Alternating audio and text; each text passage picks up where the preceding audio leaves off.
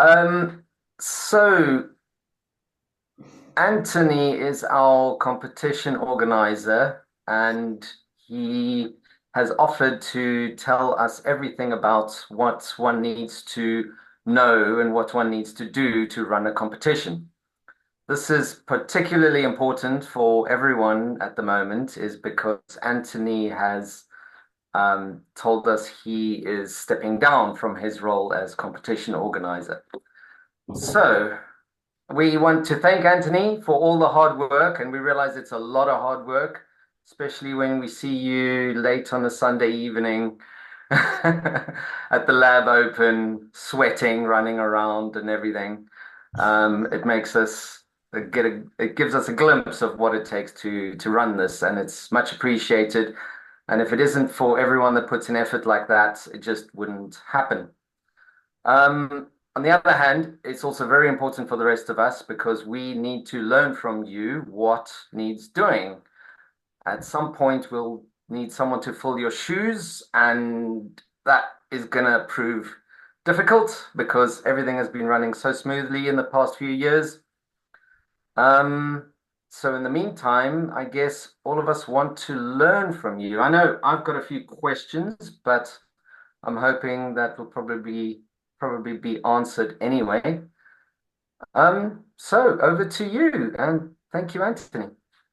Great. Thanks. Thanks very much, Jack. Thanks everyone for joining this one. What I will do, I've got a sort of presentation here. It's not super, not loads of content in it, so I'm going to use it as sort of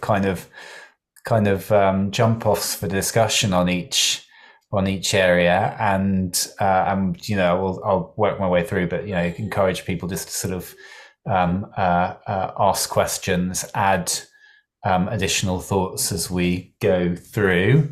I'm just going to try and share my screen while I'm doing this. I won't use Zoom for a little while either, so I'm just going to find the right. That looks like it. Share. And then let's see what happens when I put this into presentation mode. Okay, good. I can still see everyone. So I'll kind of run through this, but jump in with comments, additional thoughts. I've put down some key points on the slides. There's a lot more that could go into a wiki or something in the future. And there's some resources the club has just in terms of we keep all our stuff on Lee's, probably still Lee's Google Drive in a folder of competitions, and that's got various kind of spreadsheets and things that we reuse each year for this if folk are interested. So this is kind of a sort of overarching thing. And I wanted to kind of just split it into two halves. One is actually just talk through the presentation, kind of what I've learned from organizing a competition and the main things to think about. And for me, it's for actually the lab ones we've done, there's sort of pretty much always a tasting event attached to the competition. And that's quite different from how other clubs tend to run their competitions. They do the competitions sort of behind closed doors, typically announce the awards, but they don't try and do what we do at kind of Lab Open or Lager and Life and kind of put out all the beers. So I'll talk through a bit of that. And just pick me up if I've missed things or if things aren't clear. But the second half, I then figured actually it'd be good to have a discussion about what people want from competitions in the future. And this is, I guess, a point where, for me, I think it's time for me to step down, hand it over. But also, I guess I'm seeing some trends over the last couple of years in how people engage with competitions, and I think it's worth sort of talking about that and sort of seeing how we should adapt to it as well. So we'll have a bit of time for that also, and hopefully that discussion. I guess this is all recorded. That's something that as everyone picks up, it's something people can kind of use to think about.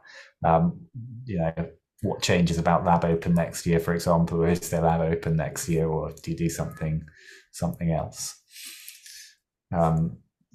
So yeah, for me, just I guess what I've done with the club, I joined Lab back in 2016 or so, I think. Lee roped me in. Lee used to run what was the precursor to Lab Open. I mean, it was Lab Open. It was just the name was different. The London and South East Craft Brewing Competition, I think, is what that stands for, and kind of got me involved in organising the kind of festival tasting event aspect of that at For Pure, who were our old hosts. And then I tried to take it over in 2020 at Hamilton. And of course, then COVID hit, so we cancelled about 2 months before the competition, which was an adventure in itself. And I actually got to organise Black Friday in 2021. I think we were pretty much the first competition back out of the door after COVID. And then kind of used that a bit as a training ground and a test for working with Hamilton for Lab Open, which I then did for 3 years there from 2022 to 2024. And so this bit, just want to sort of share kind of, I guess, what I've learnt, mistakes I've made, things I do differently for that. So I think, competitions, I think they are a really special thing that we do as a club. I think it is something really notable, I guess, is actually something probably that's changed in the homebrewing community is really, I think, until the last couple of years, people relied pretty heavily on Lab for arranging competitions in the UK. There was a national event in Bristol. There was competition in Wales, also I think is run fairly regularly. And there's non-BJCP competitions as well.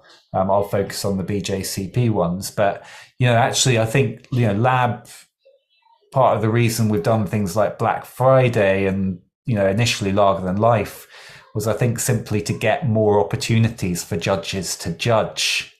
Initially, that was quite a big push for it because there weren't that many competitions through the UK. And actually what's changed, I think, over the last few years is you see a lot more regional competitions now that have become established. But I think it's great because, we bring it brings the homebrewing community together. I think particularly some of the tasting events we've done, just like the Love and Beer festival that we were talking about, it is a way for people to get together and sort of celebrate and share knowledge. I think they are probably the best way that we have at the moment for helping brewers to kind of get truly blind feedback on their beers and to kind of sort of get that thoughtful, hopefully, kind of feedback. And you do have to enter a lot of competitions, we know, to get that average of feedback. There's a lot of different judges' palates you're testing, and a lot of different conditions in which your beer is being opened. But I think, it does give you that sort of, that kind of over time feedback. The pride and recognition that folk get out of them as well. And that lovely little bit of competitive aspect to it. And I think it is it's been a core part of Lab, I think, certainly for me, for a lot of people, is that kind of participation in competitions, however you do it. And it's a way of earning BJCP points if you've gone to all of the trouble of doing an exam for judging and waiting a long time for that exam to be marked. And I know folk have just got that feedback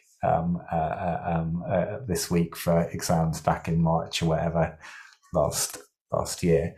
But I think it is a good thing to have. I think we really kind of give to the community by running these competitions,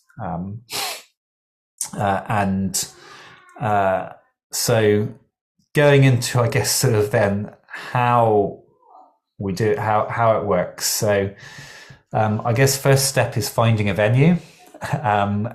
This is something that has been really easy for Lab Open and it's quite settled for Lager Than Life as well over the last few years, in that they've had recurring homes at Hamilton and Pillars respectively.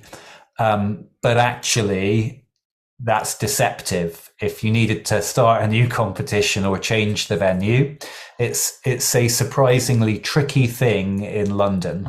And in the times, so when we had to move out of Forpura and find Hamerton, and we were sort of thinking 6 months before, how are we going to do this? And we were like, okay, do we do a kind of community venue or do we do it here? And you realize actually there's a lot of blockers. Community halls will worry a lot about licensing, perhaps fairly.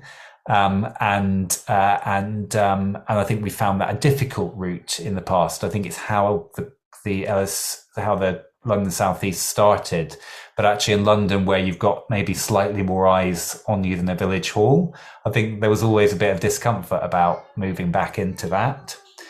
And a lot of the tap rooms, because I think space is at such of a premium, there's not a lot of places that are the right size and are able to give you a weekend of access and really understand what you're doing. So I think this is something that actually, if we've kind of tried to reconfirm Hamerton each year around this time to give a bit of space for the next one. And this would be the sort of the first thing you would try and do with a competition. I think for Lab Open, it has to be about this far in advance. For a smaller one, you've maybe got a bit more leeway. You can talk to Nick at Mash Paddle, I suppose, and see whether he wants to do something. But it's tricky. I really think what's worked for us with Hamerton, and I think Lucas would probably say the same for Pillars, for Lager Than Life, having a venue who's sort of enthusiastic about it, who understands a bit home brewing, and who is really keen to support the community. I think the accessibility is really important. We've been lucky with Hamerton because they're actually one of the most central London tap rooms closest to a mainland station that you can get. And that's certainly a sort of a useful thing for judges coming from outside.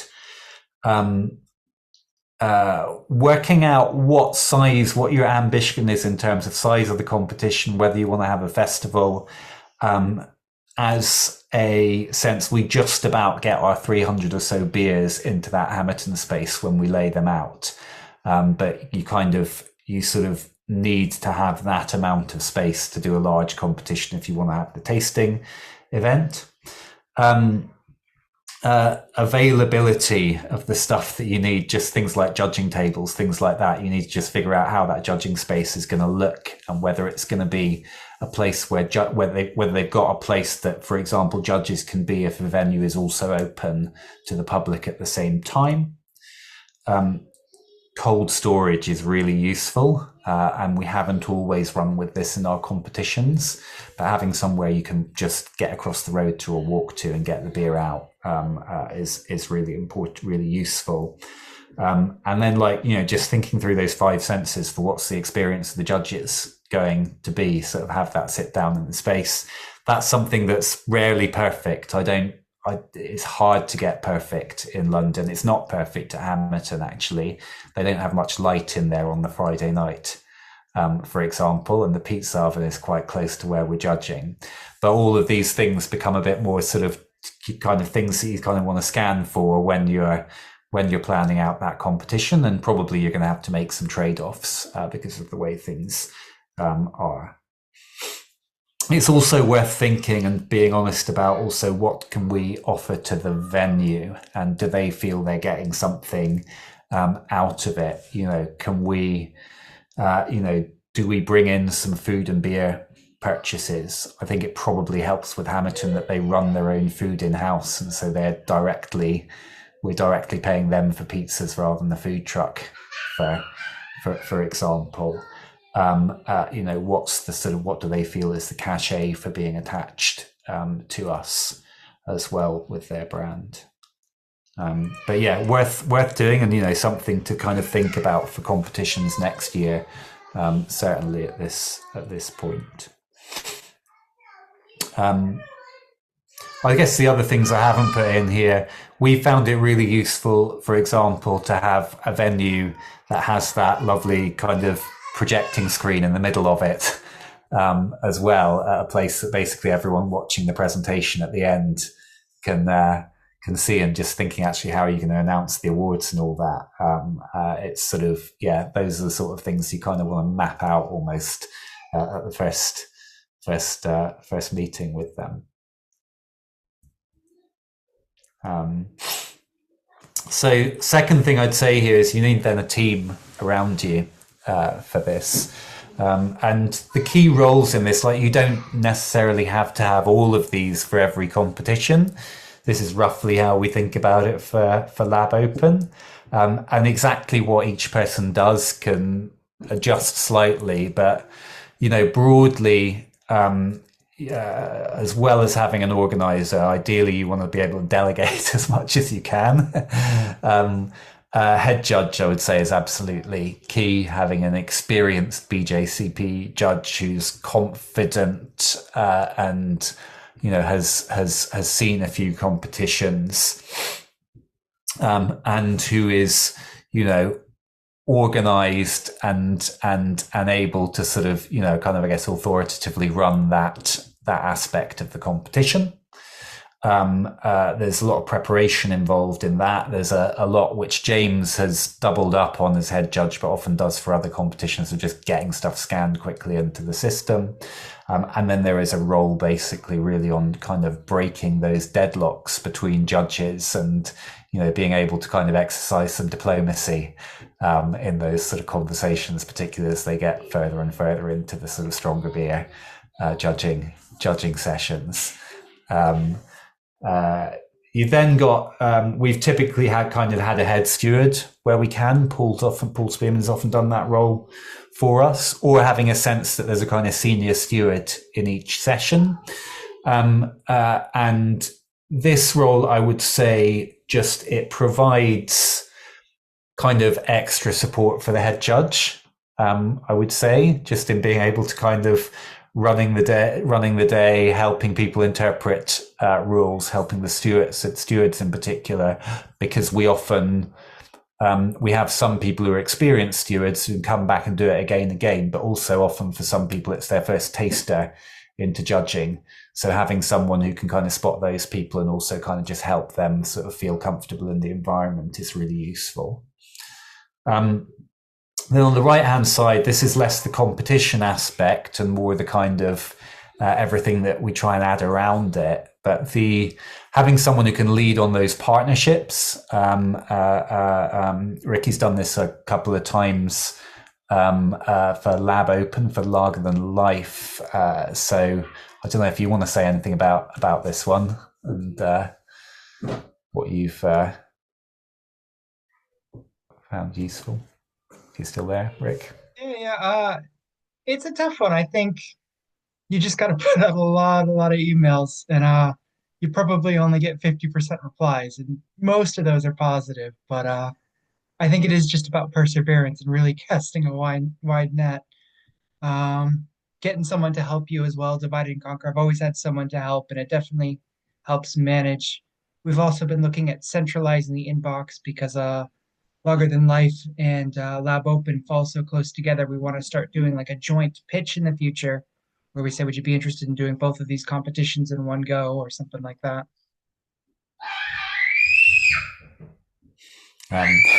That's how I feel. Yeah, I mean, it's definitely like, and this is a role like it's kind of you're kind of casting your net quite wide, I guess, and inevitably a minority of folk will come back. But I guess what we have done quite well is sort of kind of there's a bit of informal CRM, if you would call it that, in terms of a spreadsheet that maps out who we've reached out to each year for the last 10 years of Lab Open and who's given what prizes. And things like just being able to remind people when they last supported and Lab and what they provided, and just I think being able to personalize a bit from that is really helpful. We've also got, I think now probably got a bit better at having sort of template sort of call to action emails for them, and kind of almost, and also I guess sort of being a bit more not super formal but layering different levels of prizes that you can support with, and what you might expect from us in the bits we can give back at different levels. So I think, yeah, that's something that I guess sort of folk have definitely added to over time. And yeah, I think there is if you can get organised early enough and know the competitions, there is that sort of opportunity to kind of find some like headline lab competitions sponsors through the year. There's a role of kind of marketing lead here on promoting the competition, in particular the social media side. And Joe's been doing a lot of this, certainly for Lab Open, certainly on the social media and other Lab social media. Would you want to talk a bit about this, Joe, if you're still there? I can't see if you're there. Yeah, I didn't realize I was a marketing lead. I need to put that on my CV. I just made that up for this presentation today. I'll get a badge. I'll wear it next to my be recognized alcoholic one. It's quite easy, really. A lot of it is just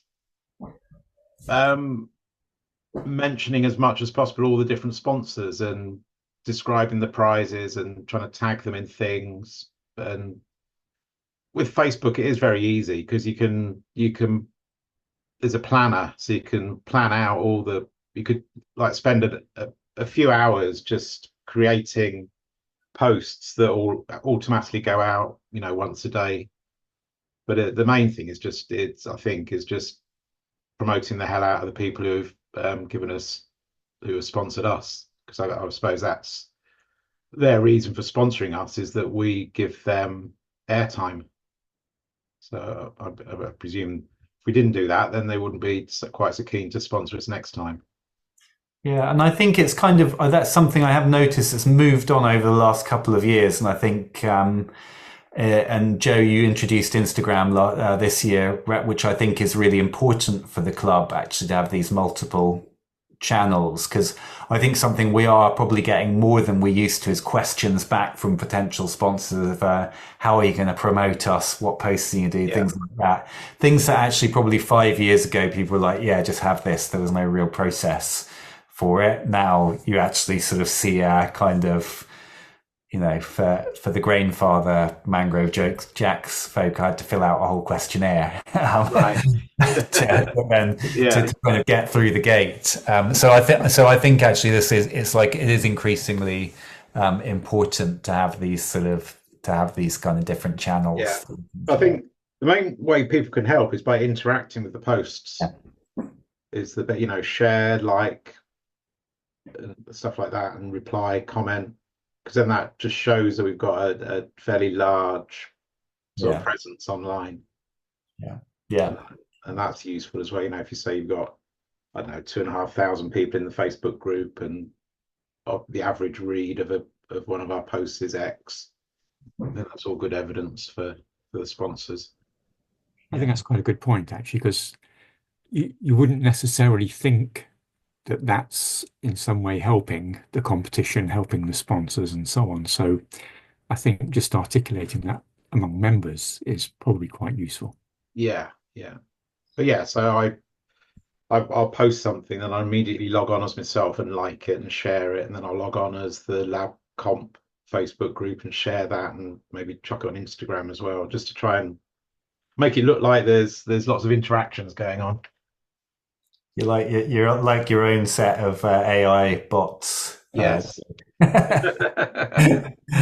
On these posts. I think there probably is something here actually, which is something where there's going to be a lot of activity around the competitions, but almost probably like this period of the next few months is then an opportunity to actually, like, what can we just say broadly about Lab, and who do we want to follow, and like kind of almost like what can you do to kind of build that follower base that's then looks really appealing to sponsors when the competition comes around. Yeah, I do notice if I share, like, maybe I'll share a Malt Miller post or a brewery post, and then we usually get a few more followers just from doing stuff like that. It's something actually I probably don't do enough. I should do more of the the interacting with other sites. It's a time thing, isn't it? That's the Yeah. And then it's that sort of the kind of festival lead role, which is then kind of everything that goes into just kind of making sure we're ready to lay out and set up and tidy up the beer that we put out for people to taste after the competition. And I think that the main thing I think I kept on sort of basically doing this through Lab Open, but this is the bit that kind of really runs to you don't have much time to get everything out and set up. And you are typically sharing the space with judges. So there's certain things you can only do an hour before. I probably won't go into it here, but this is probably something I need to write down for anyone who does this in the future. But this is probably the bit that has like the kind of hour to hour, what you have to do on the day and how many people you need to support each bit of it. As anyone who's seen me on a Sunday morning of Lab Open will be able to tell you. So in some years as well, look, we've kind of tailed this back to the beer tasting as the core thing. We did it for Pure. It was a slightly larger space experiment with having a couple of homebrew talks and things during the festival in the afternoon. I think where we came out at in that venue was it was just difficult to kind of keep the two running and with sound in the space to make that a really great atmosphere for that. But, just to flag, we've done kind of BrewCon light type things before with Lab Open, and I suppose in the right place you could do something like that again. I think the other thing is, and this is just the lead team, but it takes tens of judges and lots of other supporters to make the events happen. And at Lab, like, we do have the benefit of, I think we're the largest, most established regional club, I guess, in the UK. We're the ones who gets mentioned in books, apparently. And so you've got to draw on that. And I think it's really the sort of the kind of the contribution of the club, I think, that's meant we've been able to kind of run sizable competitions and events like this for kind of fairly consistently over years.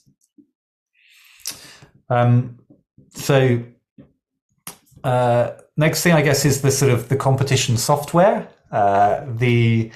So we use, I'll never remember what it stands for, but BCOEM, competition management software. This is basically the one that you will see if you enter pretty much any UK BJCP competition.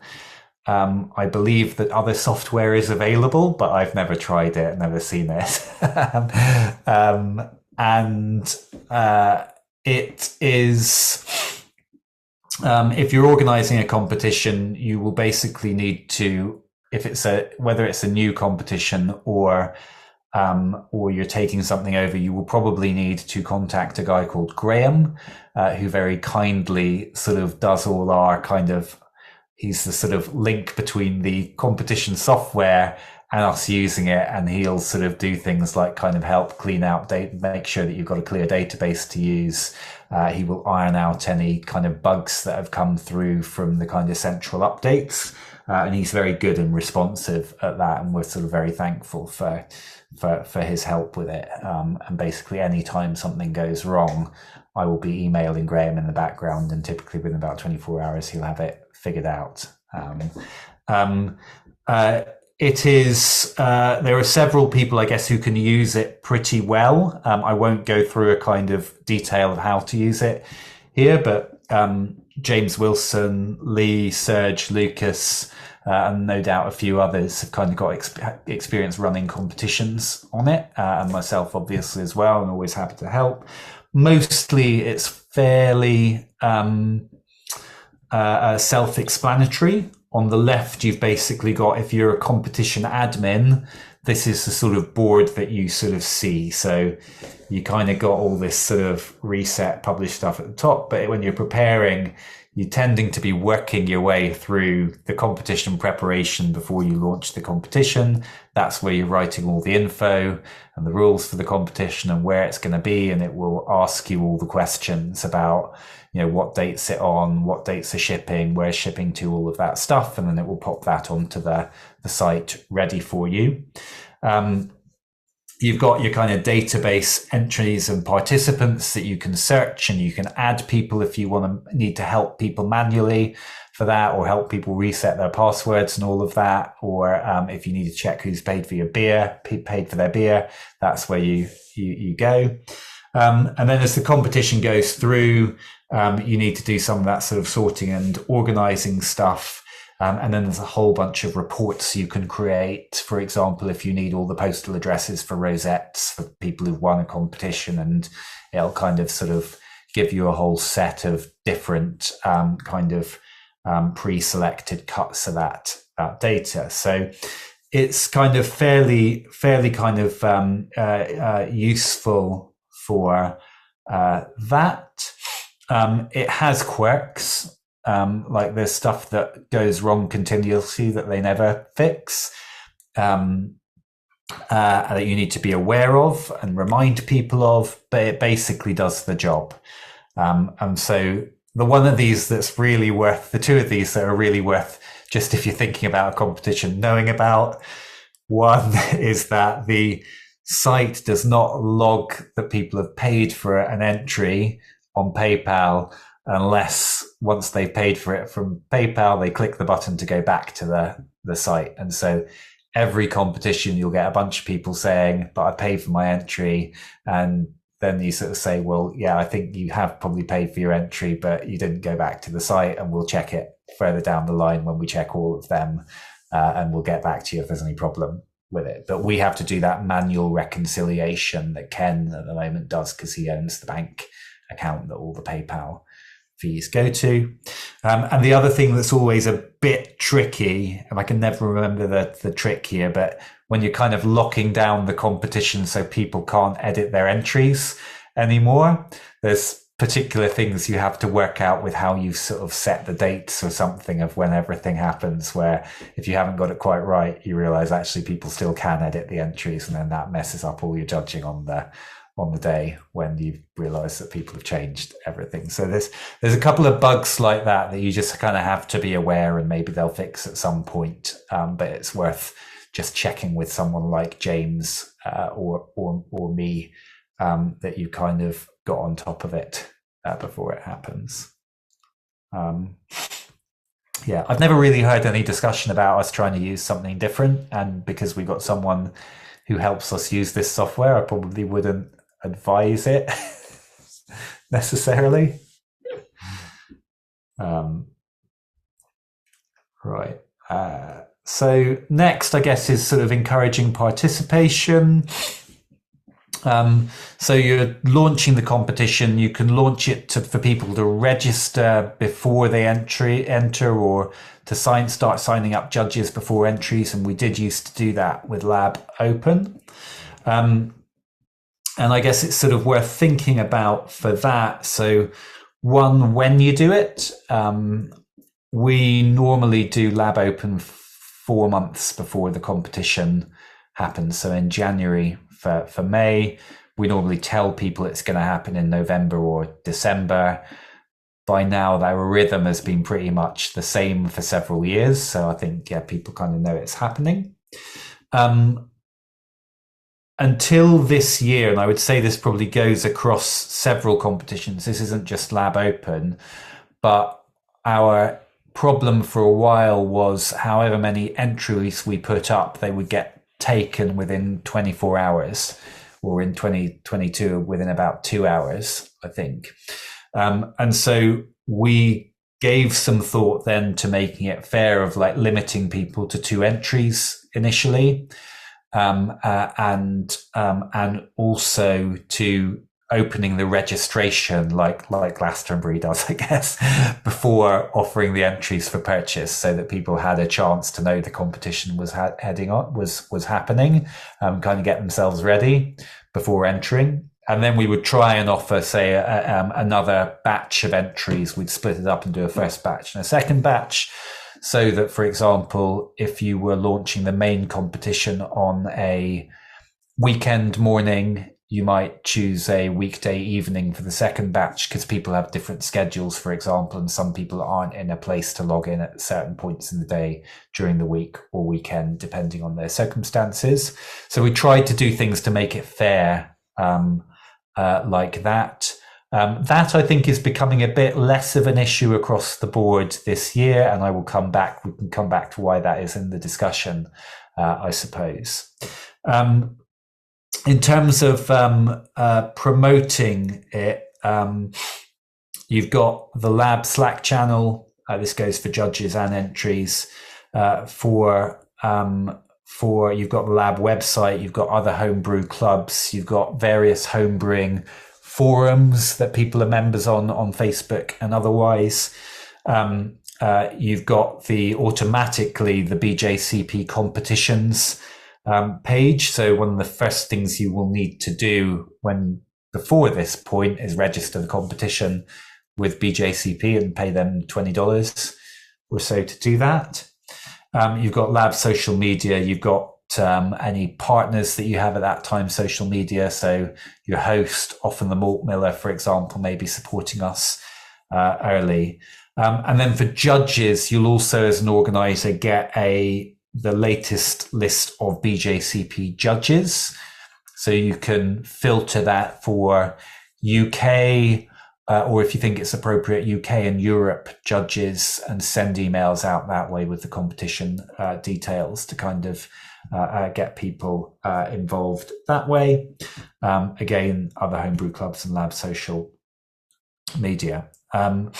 So in terms of then what you need, in terms of judges, like broadly, we work on the basis of each pair of judges will judge about 8 beers a session on average. So you need to calculate your entries and judges by that.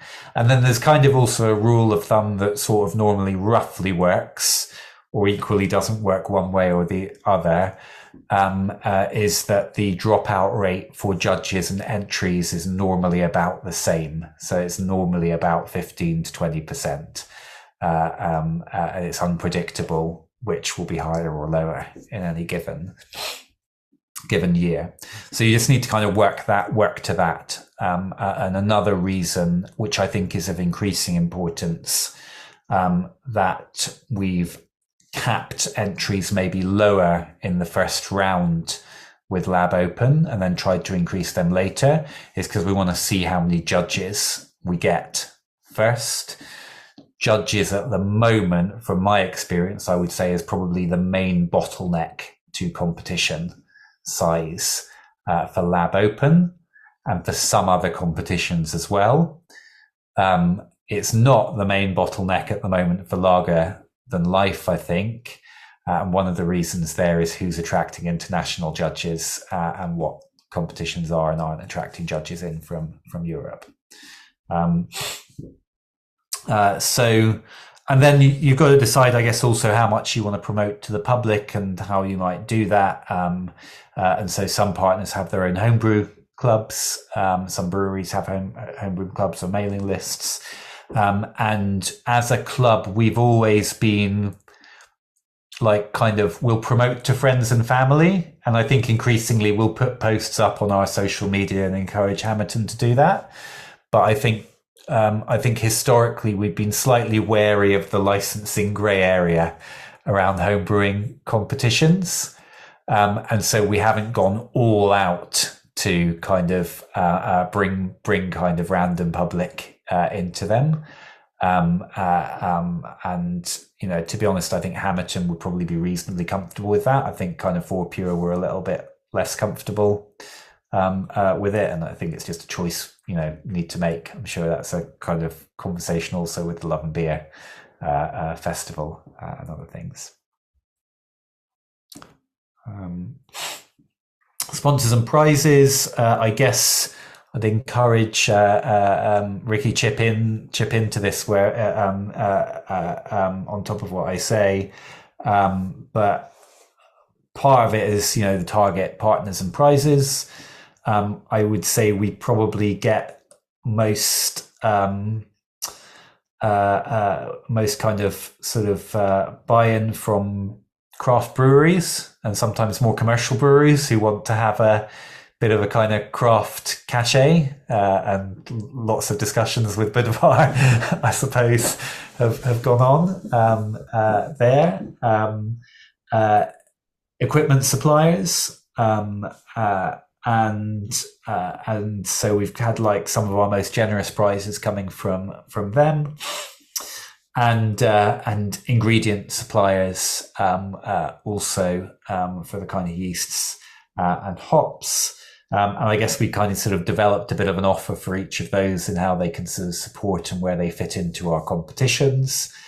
I guess sort of thinking about what we can offer that to them, and I think we've got sort of better at positioning that over time, but equally it kind of goes into that kind of what can we do to keep on building our social media presence and things like that to make that ever more encouraging. And also to know there's a bunch of resources here to start from if you're doing this, in terms of lists of all the contacts that we've had with sponsors previously, increasingly, and to Rick's point, the kind of the email addresses we've set up and accounts that then actually now you can sort of see the history and email chains that we've had in previous years as well, which is really helpful. So I guess sort of, that's how we've done it. And I would say this is something that, like, every time we do Lab Open, I always get people together a bit later than I want to on this. It always runs a bit later than I feel would be ideal. Mainly that's me not having my act together early enough. But this is something actually ideally I would say you would have those core sponsors in place before the competition sort of launches for entries, because there's a bang for buck for sponsors and seeing their names up front. And normally we kind of get round to it after we've launched the competition, apart from maybe with the Malt Miller and one or two others, who we kind of got better at being a bit more regularly in contact with. But I guess that would be kind of my push here. Wherever you can do it, sort of just do it earlier. Ricky, do you have any kind of other sort of advice, tips on this one?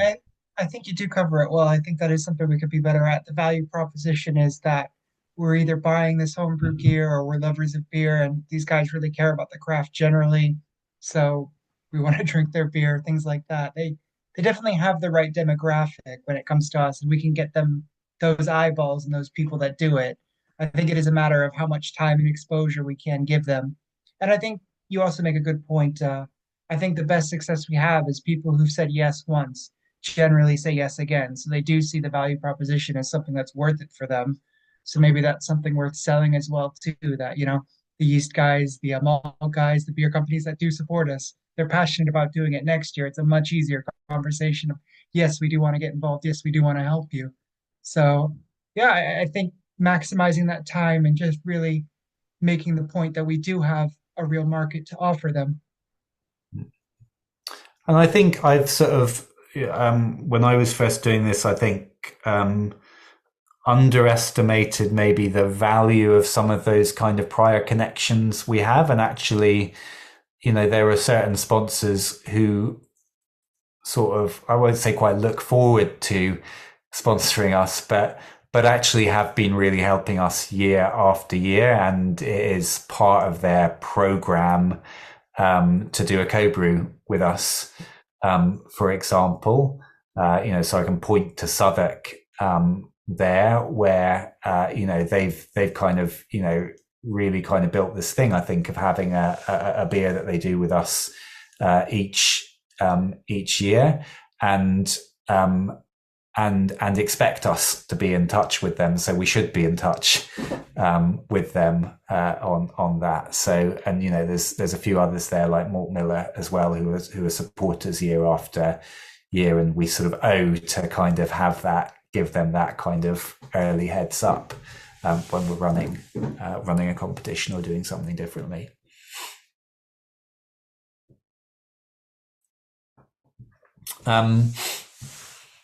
Budgeting and finance. Yeah. So here, I was going to try and do a pie chart of where we spend all of our money. But basically, there is a budget template that we've been keeping year after year. You can sort of pick that up. The kind of last year of Lager Than Life or last year of Lab Open is a useful one to look at, just kind of what are the costs and revenues for running a competition. You need to sort of you need to do a bit of this right at the start before launching, because the main income source is your competition entry fees, or at least that's what it is for our competitions. That is about 80% of the competition income, I would say, if not more. And so particularly in the last couple of years of raging inflation, you just have to sort of sit down, and particularly raging inflation on some of the things we purchase for competitions, you just got to make sure you've got that kind of enough budget to run the competition. You can't really change it after you've launched. We have tried, certainly for our competitions, to hold prices to not inflate with the cost of living. And we've been broadly pretty successful with kind of managing that, I would say. And that's partly through kind of making some choices on the kind of cost sides and being able to be a bit more sort of, kind of cost efficient in some of that stuff. But it is something to keep an eye on. You've also got potentially, if you choose to do this, entry fees if people pay for a festival glass at the tasting event. That's what we do in Lab Open. We don't charge for that, I think, in Lager Than Life. Speak to Mick Harrison, I guess, about kind of support that from other homebrewing associations. So there may be other bits there, but that's the kind of main income support. And then there's kind of the income in kind we get from people hosting us or providing prizes or whatever that's sort of on top of this budget.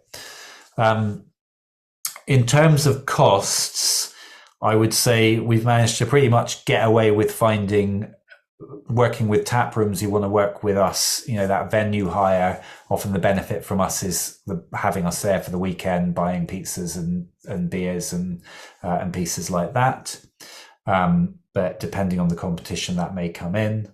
And then this is kind of in the order that you have to spend them, but there's a small fee to register a competition, about $20. The biggest single line item in the budget at the minute is judge and volunteer food and beverage. You really want to make sure you are looking after your judges and the people who are helping.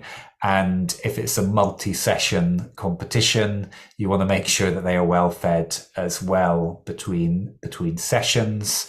So that is something that we pay for, and that is something that inflation has affected as well. Food trucks or whatever has definitely affected that one.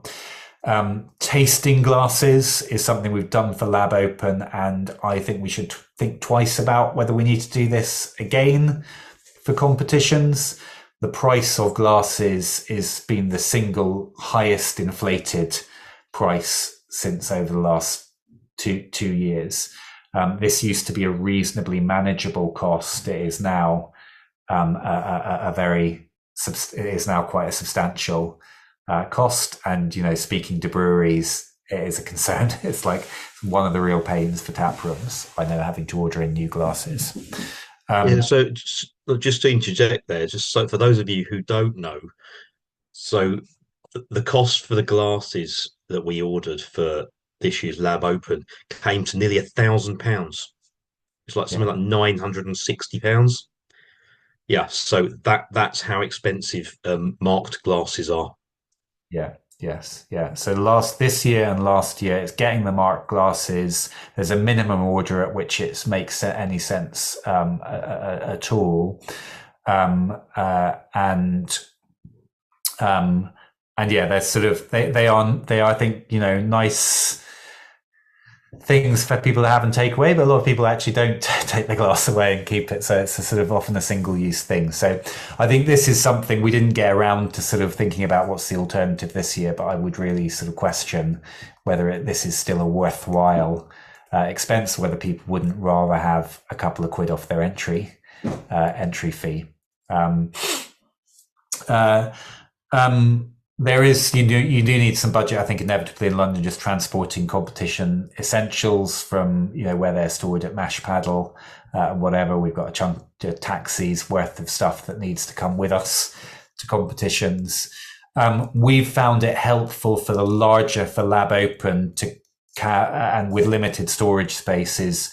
And Lager Than Life, I think, get away without this, but that you need to have these kind of boxes, same dimension boxes for storing your beers, to be able to kind of access them and stack them easily in the cold store room. And then there's always a few stationary equipment top ups every few years. You smash too many glasses and you need to get some new tasting glasses in. And then we try and have a few £100 of prize fund there, which we've typically used to buy top-up vouchers for table second and third prize winners for Lab Open. Also the trophy, the medal, the rosettes or medals, depending on how you do that. So that's sort of another chunky item. And then there's always a bunch of postage for prizes, particularly when people in Finland win the prizes. To get stuff across. So those are kind of your main items. And broadly, that's what the entry fees go to. And I think we've had a bit of a swing. We try and make budget for a small surplus that kind of covers what happens if we don't quite hit if costs are a bit higher than expected, but also because typically we've done things like kind of subsidized our judge training kind of effects that we need from that, and kind of being able to run those kind of judge exams out of the competitions budget.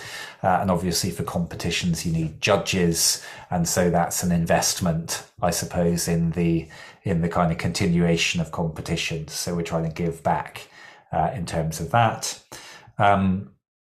But yeah, I would say that's the main piece. The budgets are all there on the G Drive, so you can see what they look like and how they vary. And Ken, sorry, I didn't realize you joined there, as kind of looks after the finances for labs. So if you're running a competition, Ken has the checkbook. Ken is the person you'll send all your receipts to. And all of that. And Ken is the person who will ask you why you've got a £900 bill for festival glasses. So that is that's sort of good to know. Ken is also the person who very kindly, I noted the kind of PayPal have people paid or not issue on the competition site, who has to go through all of the payments and check which people have actually paid and haven't for us. Okay. So jumping to kind of as you're approaching the competition, so that's, I guess, sort of a lot of the stuff that you need to set up well in advance, kind of in the weeks and months before. Reconfirming details with the venue, any food supplier for your judging. So how's it going to be laid out? What's open to the public and when during it? What spaces, tables do you have available? How many seats do you have available for judges? How are you going to get into the venue if you're coming in before their normal opening hours? How are you going to lay out the festival kind of element of it if you're doing that? So all these sort of considerations, and there's sort of past long emails that I've sent to Hamilton of kind of all the things we need to check in on with them. What do they want to put on social media in the weeks before the competition, for example? It's typically kind of 1 to 2 months before actually that I'm putting in orders for the stuff that need, like rosettes, festival glasses, things like that, boxes. And then, each of those things has a different lead time, and you're broadly trying to get it to arrive with you quite close to the competition, but not after the competition, because your hosts don't have space. And if you live in London, you probably don't have lots of space to be storing all this stuff either. Agreeing with your head judge when you're going to lock down entries. You can do this a couple of weeks before, you can do it a month before. It needs to be enough time for them to sort of to kind of figure out and lay out the tables and sort of kind of organize the paperwork. And probably you normally leave a few days after lockdown for people to say, oh, I missed the date, and can I just change this? Or, actually that beer didn't work, this one did. And one of, I suppose, the philosophies of how we run competitions is we try and help people to enter and keep the entry until it's causing too much pain for someone organizing or someone judging that entry. So we try and help within reason, as long as it's not going to interrupt the flow of the day. Reconfirming, sharing full details of what's happening when, with judges, with stewards, with volunteers, if you're running the festival, also with the entrants, encouraging people along, and planning the sort of social media posts that you want to put out for sponsors before the competition. And then the week before, I probably left 1 or 2 of things off this list as well, but again, on the G Drive, we've got all the there's a sort of spreadsheet of week to week program plan for the competition. The week before, you've got to kind of just keep an eye out. Probably the competition organizer is who people will contact if they've got issues with post, or if DPD say that their parcel's been smashed or whatever. And again, just people appreciate contact. People appreciate if you can help them find something or get something redelivered if it's possible. But they're also normally pretty understanding if it's not. If you've got international entrants, something that I've always tried to do is just have a separate communication with them a few weeks before the competition, give them a bit of a longer window at the venue. So that they can kind of send a bit ahead for any delays, and also just have an eye on whether those entries are coming in or not, to the extent that I can. This is when you'll do the unboxing and sorting beers, so you need to make sure you have a team in place for that a few weeks in advance. And again, this is something that we sort of tightened the process for our competitions over many iterations. Encouraging the club to push out the social media posts, to engage with those, and engaging with them yourself as much as you can to kind of get a bit more of a buzz. And kind of having a good conversation with the head judge to check everything is printed, ready, that all the table orders are sorted out, that we know who's going to be there, who you're expecting on which day. And kind of, I guess, sort of flagging, are we looking short on judges? Do we need to do more last minute posts? And trying to preempt last minute issues like train strikes on the weekend of the competition. So last year we did have that, and we sort of did a kind of very snap Thursday evening extra judging session to just try and get us ahead of it. But just sort of where you can, working out quick fixes for that type of issue. And on the day, this is the slide I didn't get around to creating. But yeah, by now everything's sorted. Hopefully you can put your feet up. I mean, to be honest, this is the day, the actual competition day. The judging side is where the head judge is really in charge. For me as an organizer, I'm mucking in and ideally not judging, and judging if I have to.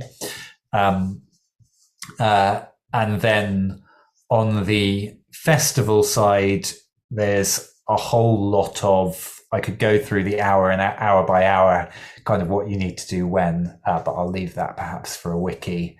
But there's a bunch of jobs there in terms of kind of knowing who's going to be, say, on that kind of box office table for what rotas, having it clearly laid out where all the different beers are, keeping the beers in cold storage for as long as you can, while still giving yourself enough time to get them out onto the table. And frantically getting out those magic good and great stickers that we try and put on beers as much as we can in our competitions. So kind of cross-referencing with all the competition scores that if you're working with James or Serge, they've managed to upload into the system really, really quickly, and kind of getting that so that people kind of have a sense of how their beer's done and can be kind of shout about that. But also kind of people can have a sense of what are the really great examples to taste if they're coming in and sort of tasting the beers. So there's a lot of effort that kind of goes into those pieces.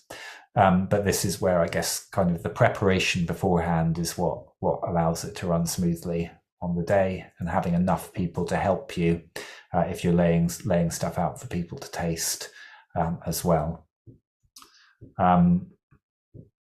So I'm not going to go through here the process for the kind of judging bit of the competition so much. I'll maybe just talk about it a little bit, but I suppose for the judging, you need to think a little bit about the BJCP rules. There's some things that are set in stone in their handbook, and there are some things which you have maybe a little bit leeway of how you're going to sort of choose to operate the competition, and their handbook will state where where you have really formal guidelines and where you have a bit of optionality. There are rules on all sorts of things that you maybe won't think about until you read them. So there is like a set number of best of show judges that you should have as maximum, depending on the size of your number of tables that you have in your competition.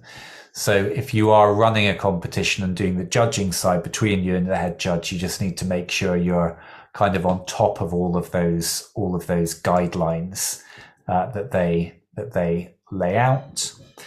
And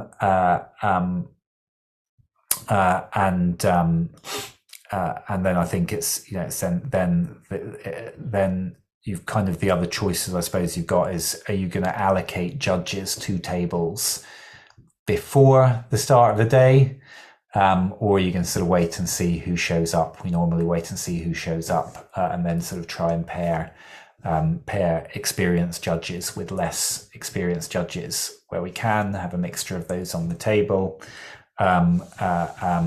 We normally do pairs of judges, for example. There's no reason why you can't have 3 judges if you've got an odd number providing feedback on a single beer. 2s and 3s, I think, is what BJCP recommends. But all of that stuff is to me kind of having the kind of good head judge who can sort of figure all those things out, and then you kind of have that sort of smooth day. What else do we think about on the judging? The order that you do the tables. If you've got stronger beers and multiple sessions, pushing those towards the end of the day. In Hamilton, we've occasionally thought in terms of when's the pizza oven going to be on, or in terms of which tables we might judge in a session that it's not on versus is on, depending on where aroma might be too subtle if you've got like a pizza oven on. Thinking also about kind of light for that ordering as well. So if it's a Friday night session, we'll typically not do beers where kind of having a really sort of nuanced sense of the kind of the clarity of the beer and the color of the beer is of the kind of first importance. So we try and arrange around the limitations of the venue for that kind of order as well, where we can. Any questions on that? And would anyone like me to talk a bit more about, I suppose, the sort of the kind of judging considerations?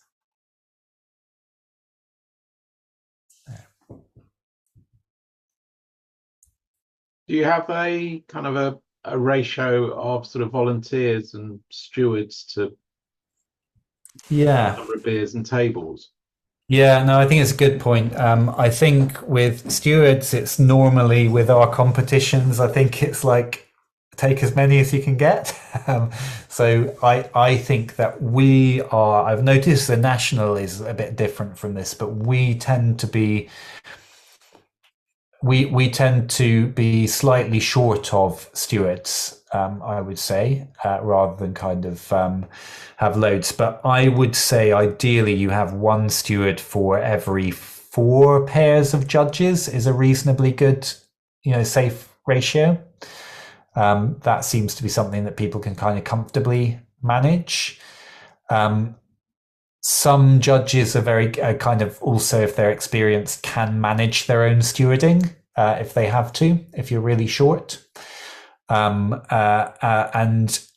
in certain venues, so certainly the case with the ones we operate in, there's also a maximum number of stewards you can really fit into the space.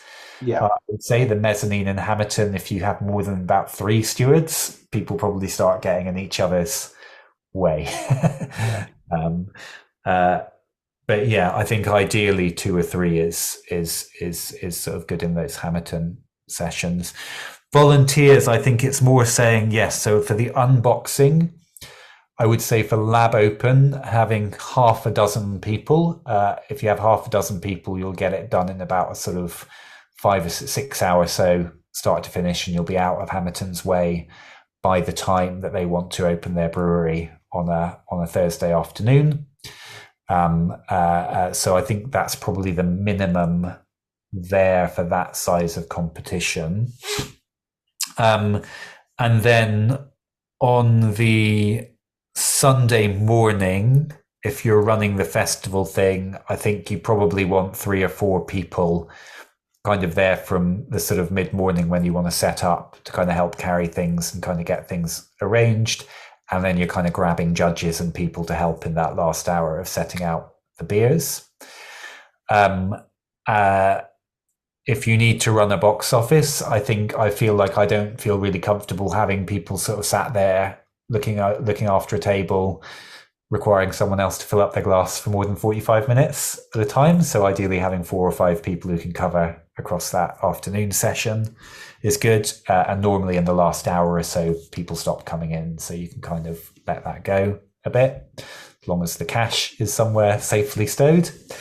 And the evening clear up, nowadays, we just get everyone to clear up, I think, before we announce the awards, certainly for Lab Open. And that magically makes the cleanup a lot faster and a lot more people get involved. Yeah.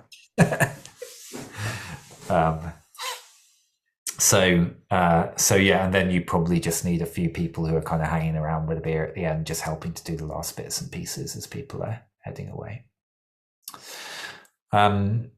Yeah. I would say in terms of judges, I mean, doing the maths, in an ideal world, you're looking to recruit about 40 judges for Lab Open. People will on average do two and a bit, sign up for two and a bit sessions each. This year we were short. You kind of rarely have too many judges in the end.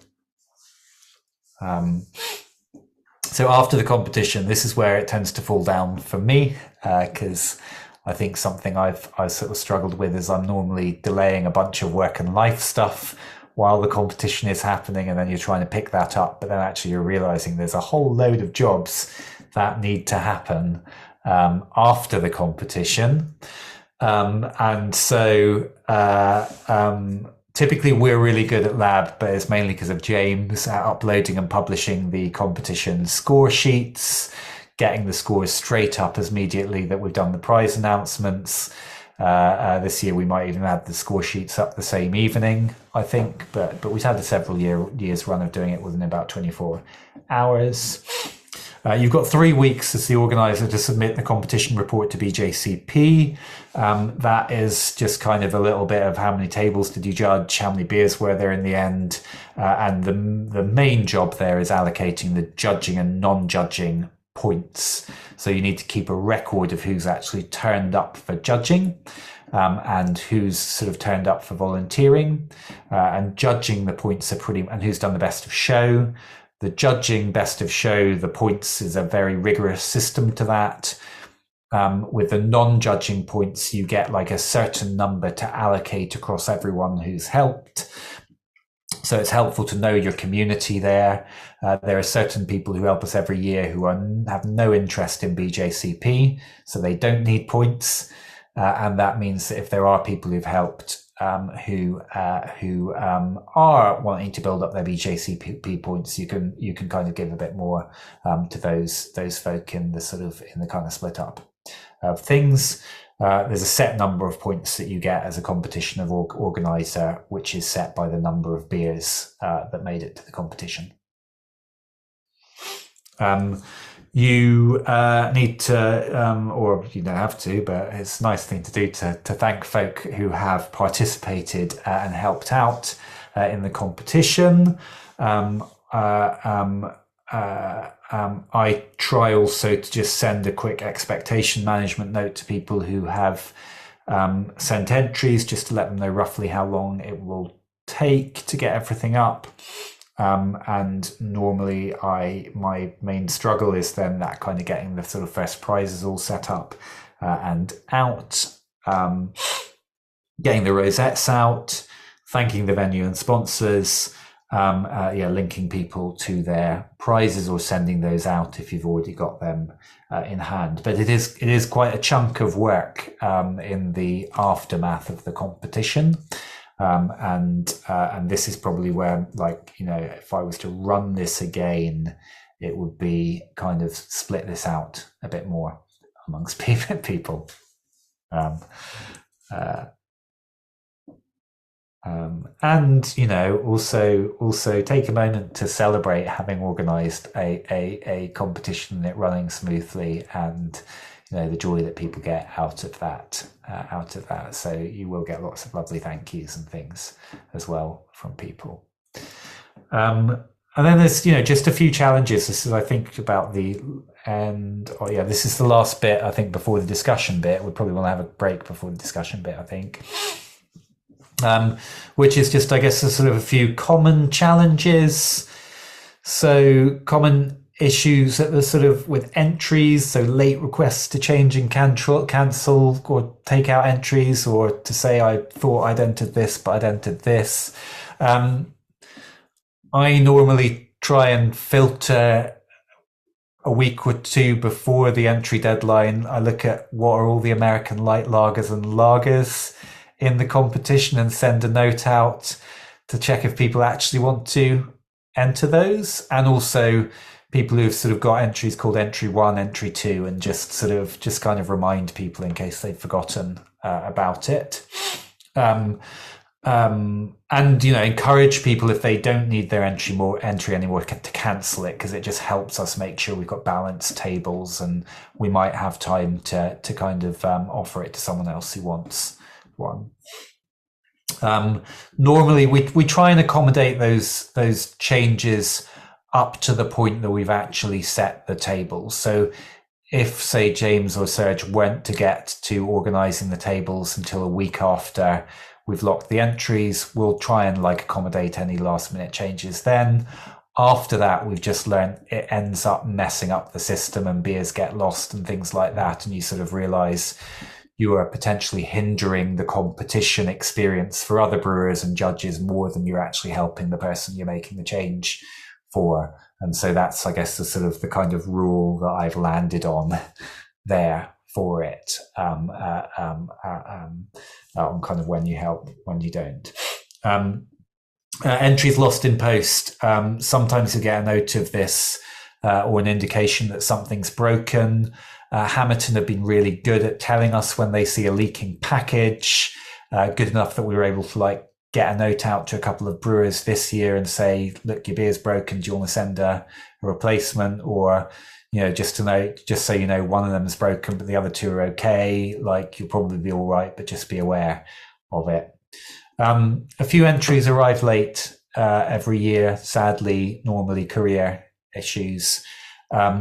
If you're willing to, you can offer to try and find judges for those. I've tried to do that a bit in the past.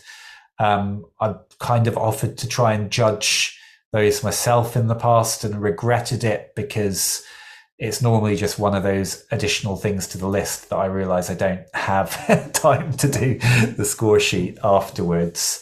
But I think again, it's that sort of, if you can help, do, but don't feel that you're required to. And then kind of entries in incorrect vessels, labeling, miscategorization. Sometimes the head judge will pick this up, going through and checking what's going into each table. Again, we try and just subtly get it into the right place if we can. But we try and do it in a way that's fair to competition entrants. So there's kind of no point people entering a beer if it's obviously gone into the wrong thing, and then it confuses judges. And they've sort of wasted their time, and the judges are wasting their time judging something that's been miscategorized. We will try and kind of get it into the right place, if we can do that without like unblinding the beer or something like that.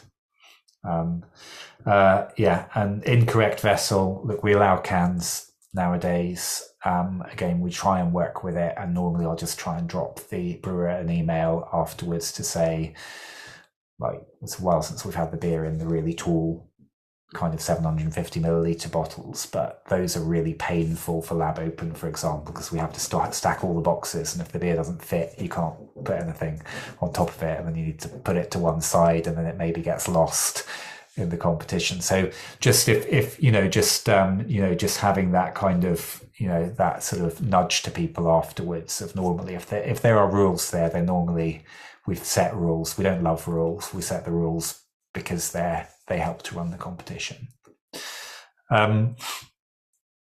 Judging issues. So conflicts about scoring, beer faults. Look, getting a third judge, head judge, will normally be able to kind of get to a resolution. Here, I think recognizing that there will be cases where one person will taste a fault and the other person is just not getting that fault at all.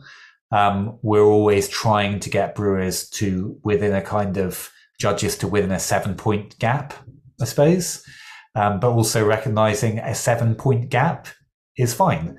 And I think sometimes there is a bit of too much of a push in our competitions to get the scores to exactly match or be within one. Actually, there are different palates. People do have different responses to beer, and a beer that enters one competition and scores a 38 will sometimes enter another competition and get a 24. And so typically we find probably the difference between competitions is larger than the differential between two judges at a competition. So I think you should be accepting of a little bit of difference there within those guidelines. Judge, steward, no-shows. Look, I now try and get people to reconfirm a bit, or if they're lab members, just sort of try and give people a, hey, looking forward to seeing you on this session. Just encouraging people to tell us if they don't think they can make it. It doesn't always work. And then you will get sometimes entrants who either don't like the level of detail of feedback on their score sheets or disagree with it. Occasionally, they will get in touch with judges, typically rather than the competition organizer, and that is their prerogative to do so. But I guess to be honest, we try and preempt that with lab open as much as we can by trying to have an experienced judge, at least in each pair. And by giving judges enough time to judge each beer where we can. So That's kind of some common challenges. Anything I've missed there? That's kind of the main things I wanted to talk about in organising a competition and rambling on from an hour for an hour. If I put Steve to sleep. Ha ha! Amazing. Good. Steve can organise Lab Open next year. I think Ken's gone to wake him up. Wonderful. Anthony, thank you very much. I think of all the questions I had up front, definitely you've answered them preemptively, answered them all. It looks like if anyone else was going to pick this up, that a handover is definitely needed because I think of every single point you said, oh, there's someone you contact, and oh, there's this person you speak to. So I guess, would you be available to offer that handover if and when we find someone else? Yeah, like absolutely. And there are, there's myself and there's several people in the club, I suppose, with the knowledge as well on competitions. And I think the other thing, like there's a bunch of stuff probably just to put into a kind of wiki or clear format of, these are the things that you can pick up and run a competition off in terms of what you do each week and who the sort of sponsors are and all of that. Yeah. Yeah. I'd say thank you. That's a very good presentation. Are we going to have a break now? Yes. Sorry, I hope beyond Steve that wasn't too much for for everyone. And thanks for bearing with it. There's a fair amount to go through in it. Yeah, so I'd suggest, do folk want a sort of 10-minute, 5-minute break, 10-minute break? What do you typically do? And then my thought was then to actually just go on to a bit of a just pivot to a discussion of what do people want out of competitions, and just open discussion there. And I can give you there just a few trends that I've seen that people can react to, just to sort of start that off when we get there. Okay. Cool. 10 minutes to get a beer. Yeah. Brilliant. Thanks a lot, Anthony. See you That was really shortly. interesting.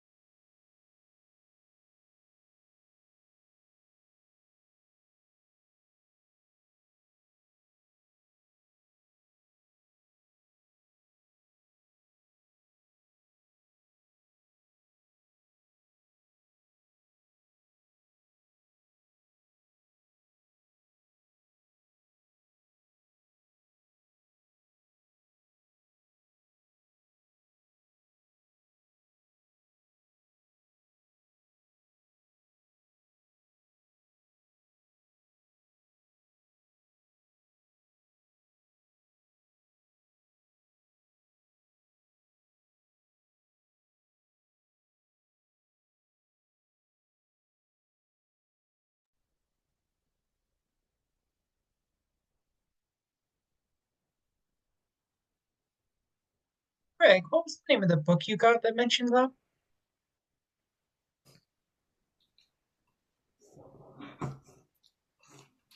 Modern Homebrewer.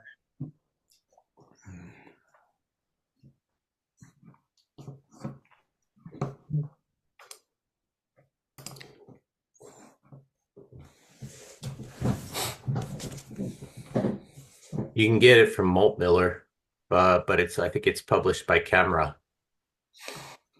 Oh yeah, I see it on Camera's website. Perhaps It's I'll have an a stack interesting to give away next year.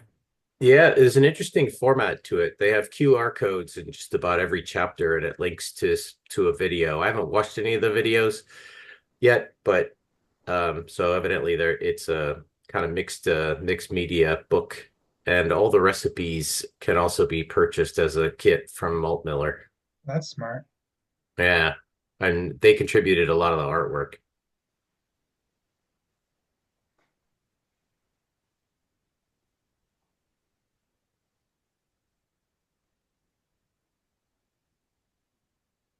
I always thought we should get a book club or something going. The library. Yeah, so like here's the ingredients section, right? You get a QR code and you can go off and check out a video like the kids do these days. Watch a YouTube video.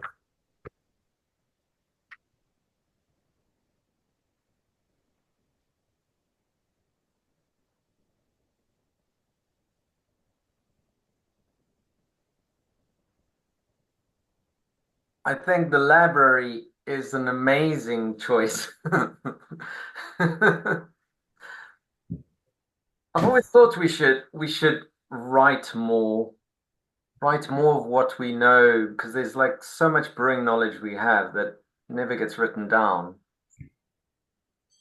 Or even just the books. I've got loads you read them once, and I'm like, oh, I'd love to trade someone or something like that. See what they're reading and give them what I'm reading.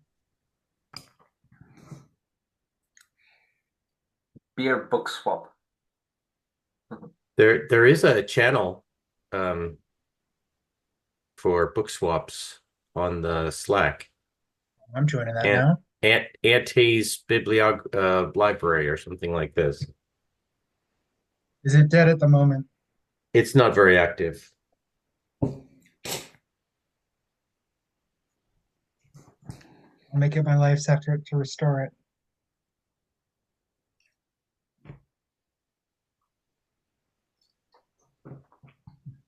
What did I walk in on there? Something not being very active. Or reviving our book club or our book share. Yes, The yes, we need to do that. library. They called it the library. Yeah, all the books are at Mash Paddle. Oh, really? Oh, is that right? Yeah, I got them transported there. Yeah, we were supposed to actually buy a bookcase so we could put them in, but sort of we didn't do that, and they're just in somewhere in well, with all the lab stuff, presumably. Is there a catalog of what we have?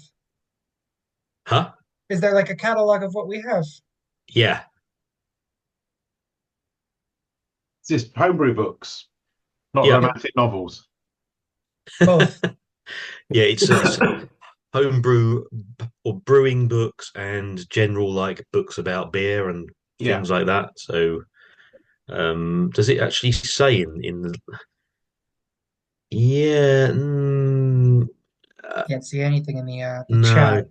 I thought I'd attached the yeah. I thought I'd attached a file to it, but I'll have to find it. I think files disappear, don't they, if it's on Slack Yeah, after 90 days. right. Okay. We do is That's maybe make a spreadsheet and stick it on the Google. I was gonna say, yeah, you do like a Google spreadsheet, well, and then you I yeah, think there is I one th pinned on I there. thought I did that and it is on there somewhere. But I I th thought I linked to it.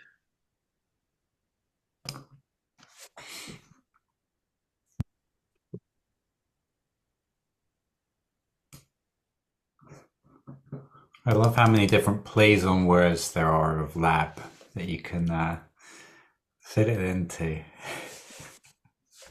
They're all Labyrinth. labors of love.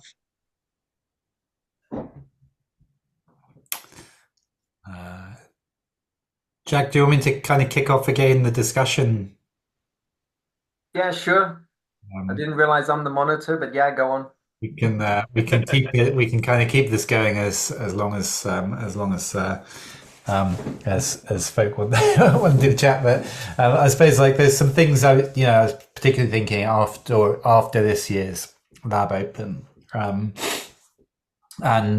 I would say of the three that I've run, this year was the most difficult. And it was the most difficult. I think actually a lot of it was not the most difficult, but the weekend itself I think was the most difficult. And I think what I sort of really noticed, I don't think we're alone in this, is that there was a general theme. There were a few different challenges, but most of them kind of were around the stuff that required people to be in person to happen. There were just fewer people there in person. So fewer judges, probably fewer people on the Sunday afternoon event. And so everything was like a little bit more rushed, I would feel, over the weekend than previously. Last year was challenging, but it was challenging because of train strikes, and you could put everything down to train strikes. This year, I think it was, just challenging because there were fewer people there. So that did kind of get me on to sort of thinking, well, okay, on this competition, but more broadly, as we do homebrew competitions in the community, what's working well, what could we be doing better, and actually quite importantly, like how do we respond to sort of trends that we're starting to see.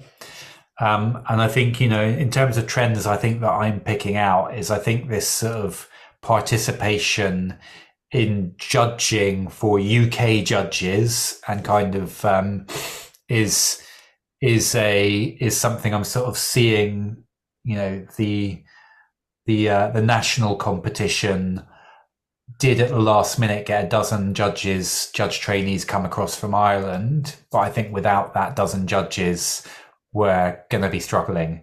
And I think it's for any competition that isn't getting, like Lager of Life is, some real international interest because it's got this quite special thing that no one else does. I think it is becoming trickier. And sort of why is that? But not just for the judging, but kind of people coming along to the event itself. Is that something we're doing? Is it wider trends we were talking at the start of the call on kind of cost of living and the impact that might be having? I'm definitely sort of seeing, like, compared to when I started doing Lab Open, and definitely compared to when Lab took on the LSE CBC, like there are a lot more regional mid-sized competitions now than there used to be. And there are fewer massive competitions. Like no one's trying to do 500 or 600 entry competitions like BrewCon, or like we used to have our arms race with the National Homebrew competition anymore. I think that is linked to you just couldn't judge those with the community that we've got at the moment. But that perhaps also changes people's willingness to travel if they know they've got a local competition for their club and they do that and maybe one other a year. It changes dynamic a bit. There does seem to be an increase in interest amongst judges for the competitions that are themed on particular beer styles. And I think there's maybe a bit of a thing of people knowing what they're going to judge and roughly, okay, I'm going to come to a competition because I want to judge lagers, or I think the Norwich group, I wanted opportunity to judge English ales, for example, and they've got a few people flying in specifically for the Ales of Wonder competition. And is that a challenge for the kind of competitions like Lab Open that try and cover the whole breadth? We have had over time an increase in beer no-show rates, and that was the case for several years. and then it really flipped in Lab Open 2024 when a ridiculously high number of beers turned up out of the entries.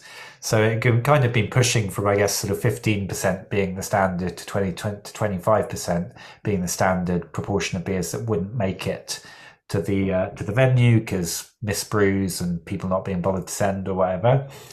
And that flipped right back down at Lab Open. And I don't know whether that is a shift that we'll see elsewhere or a blip. What would have caused it? In terms of sponsorship, we did get more support from sponsors, I think, than we've ever had this year for Lab Open. And that is after a couple of very good, we've always done well at this actually for Lab Open, but a couple of very good years for it as well. Admittedly, Daz's one has to come through with a prize, but that will happen. But it's a tougher climate for the industry, and that affects, I think, what people are able and willing to give, and it affects some of the people who we've worked with have gone out of business, or people have moved on in terms of our contacts for prizes, particularly, but also potentially hosting. And then you do get these sort of beers going in and out of trend, but I would say also there is probably more consciousness of the amount of alcohol we consume, I think, probably than when I started this hobby a few years ago. It's always been there, and maybe it's just me getting older, but I think I see a bit more chat about kind of how do I minimize my consumption during a homebrew competition, for example, or manage that. And in terms of the beers people brew, greater interest in low ABV beers of the type that Ken's doing a lot of nowadays, and we don't really respond to that in our competitions at the moment. Those beers would not probably win pitched against other beers in their style, but we kind of haven't sort of defined a category for them. So I guess that's just some of the trends I'm seeing, and interesting in sort of in this conversation, like, what are the reasons for some of those? How do people feel about them? Is the low ABV thing a BJCP issue because they haven't really got a way of categorizing it properly? I mean, I think you can always set up your own category, I suppose, within BJCP. And I think there's more of a question of it something that we should be kind of trying to do, I suppose, more of in the hobby as well. Yeah, I mean, we did have a little bit of a sort of discussion a little while ago. People were suggesting various things that we could bring into the competition, and that was a very low alcohol beers was one of the things that was suggested, and this is based on some comments by somebody who actually attended the Lab Open and said that they wished to try some of the beers, but there weren't any very low alcohol beers, and they didn't want to consume much alcohol, and it did give us the thought that actually, well, first of all, not many people make them, but if we actually gave a category for them specifically, we might find that maybe more people make them than we think they do. And the same for other fermentable drinks other than beer. We've never allowed in ciders, meads, any kind of wine or anything like that. And maybe that is another thing that could be added, even if some of it wasn't specifically to be judged in competition, but maybe even as just like a showcase, that could be something that could be added. Mm-hmm. Yeah. Yes. I think in terms of format, I like the fact that we run a proper open competition with a fairly large number of entrants. I know it's a pain in the ass getting the judges for it, but with the demise of BrewCon, the GBBF not well. I suppose actually they are doing their competition, aren't they now? But I think we are seen as one of the one of the premier competitions. I think if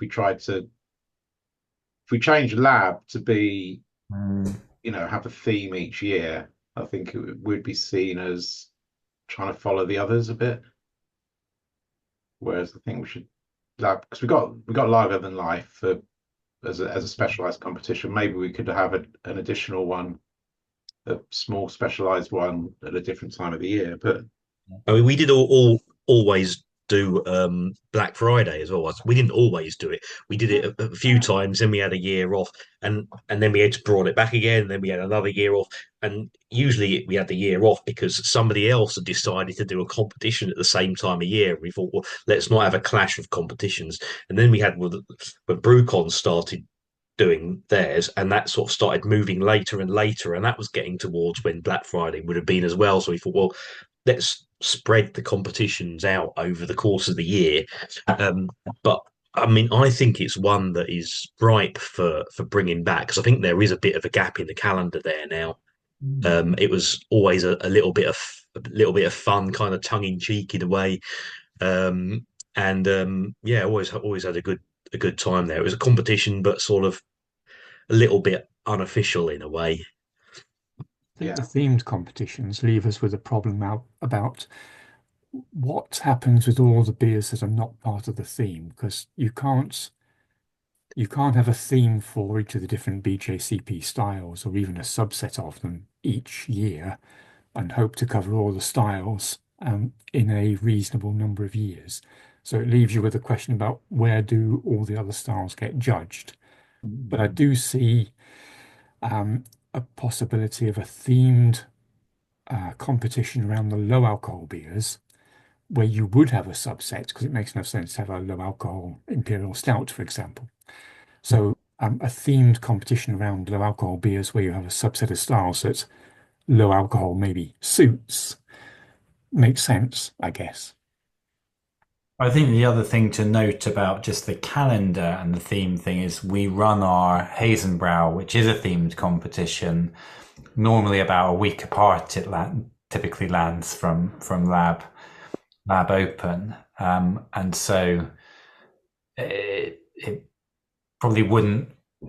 It probably wouldn't work to kind of flip lab open into away from that without changing something more dramatic about lab open in terms of place of the schedule and things like that as well. I think if we were going to do specialized ones or themed, for me, I would think it'd be in addition to Lab Open, or somehow having Lab Open kind of being two competitions in one. Yeah. So you've got the open side of it, but then there's a specialized side as well. Maybe we could make a more special prize for the particular category.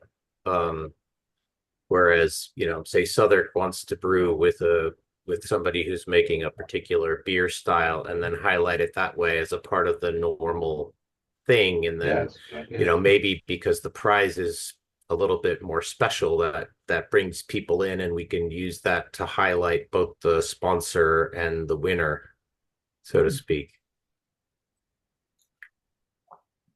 Yeah, I mean, there's ways I guess you can do it that are not as formal as well as I suppose a kind of the sort of table best of show, but you do have the kind of judges score sheets, so you could have a subcategory of lower alcohol beers or something if people wanted to enter within the standard standard styles, whether it's low ABV or something else that you want to push, new homebrewers or whatever, and then you find out which ones are marked to that category, and the winner is the one that scored highest amongst those on the score sheets. But you could split the low ABV ones out onto their own table, couldn't you? Have kind of a mixed style table of low ABV. Yeah. You'd still be judging it. Each beer would still be judged to its particular style. Yes. It's just they won't be losing out because they haven't got the whack of booze. I guess that's what we do with our kind of mixed style, weirdly fermented, the added fermentable things anyway, fruit beers, things like that. Is there mileage in pairing up incoming judges with lab members for accommodation?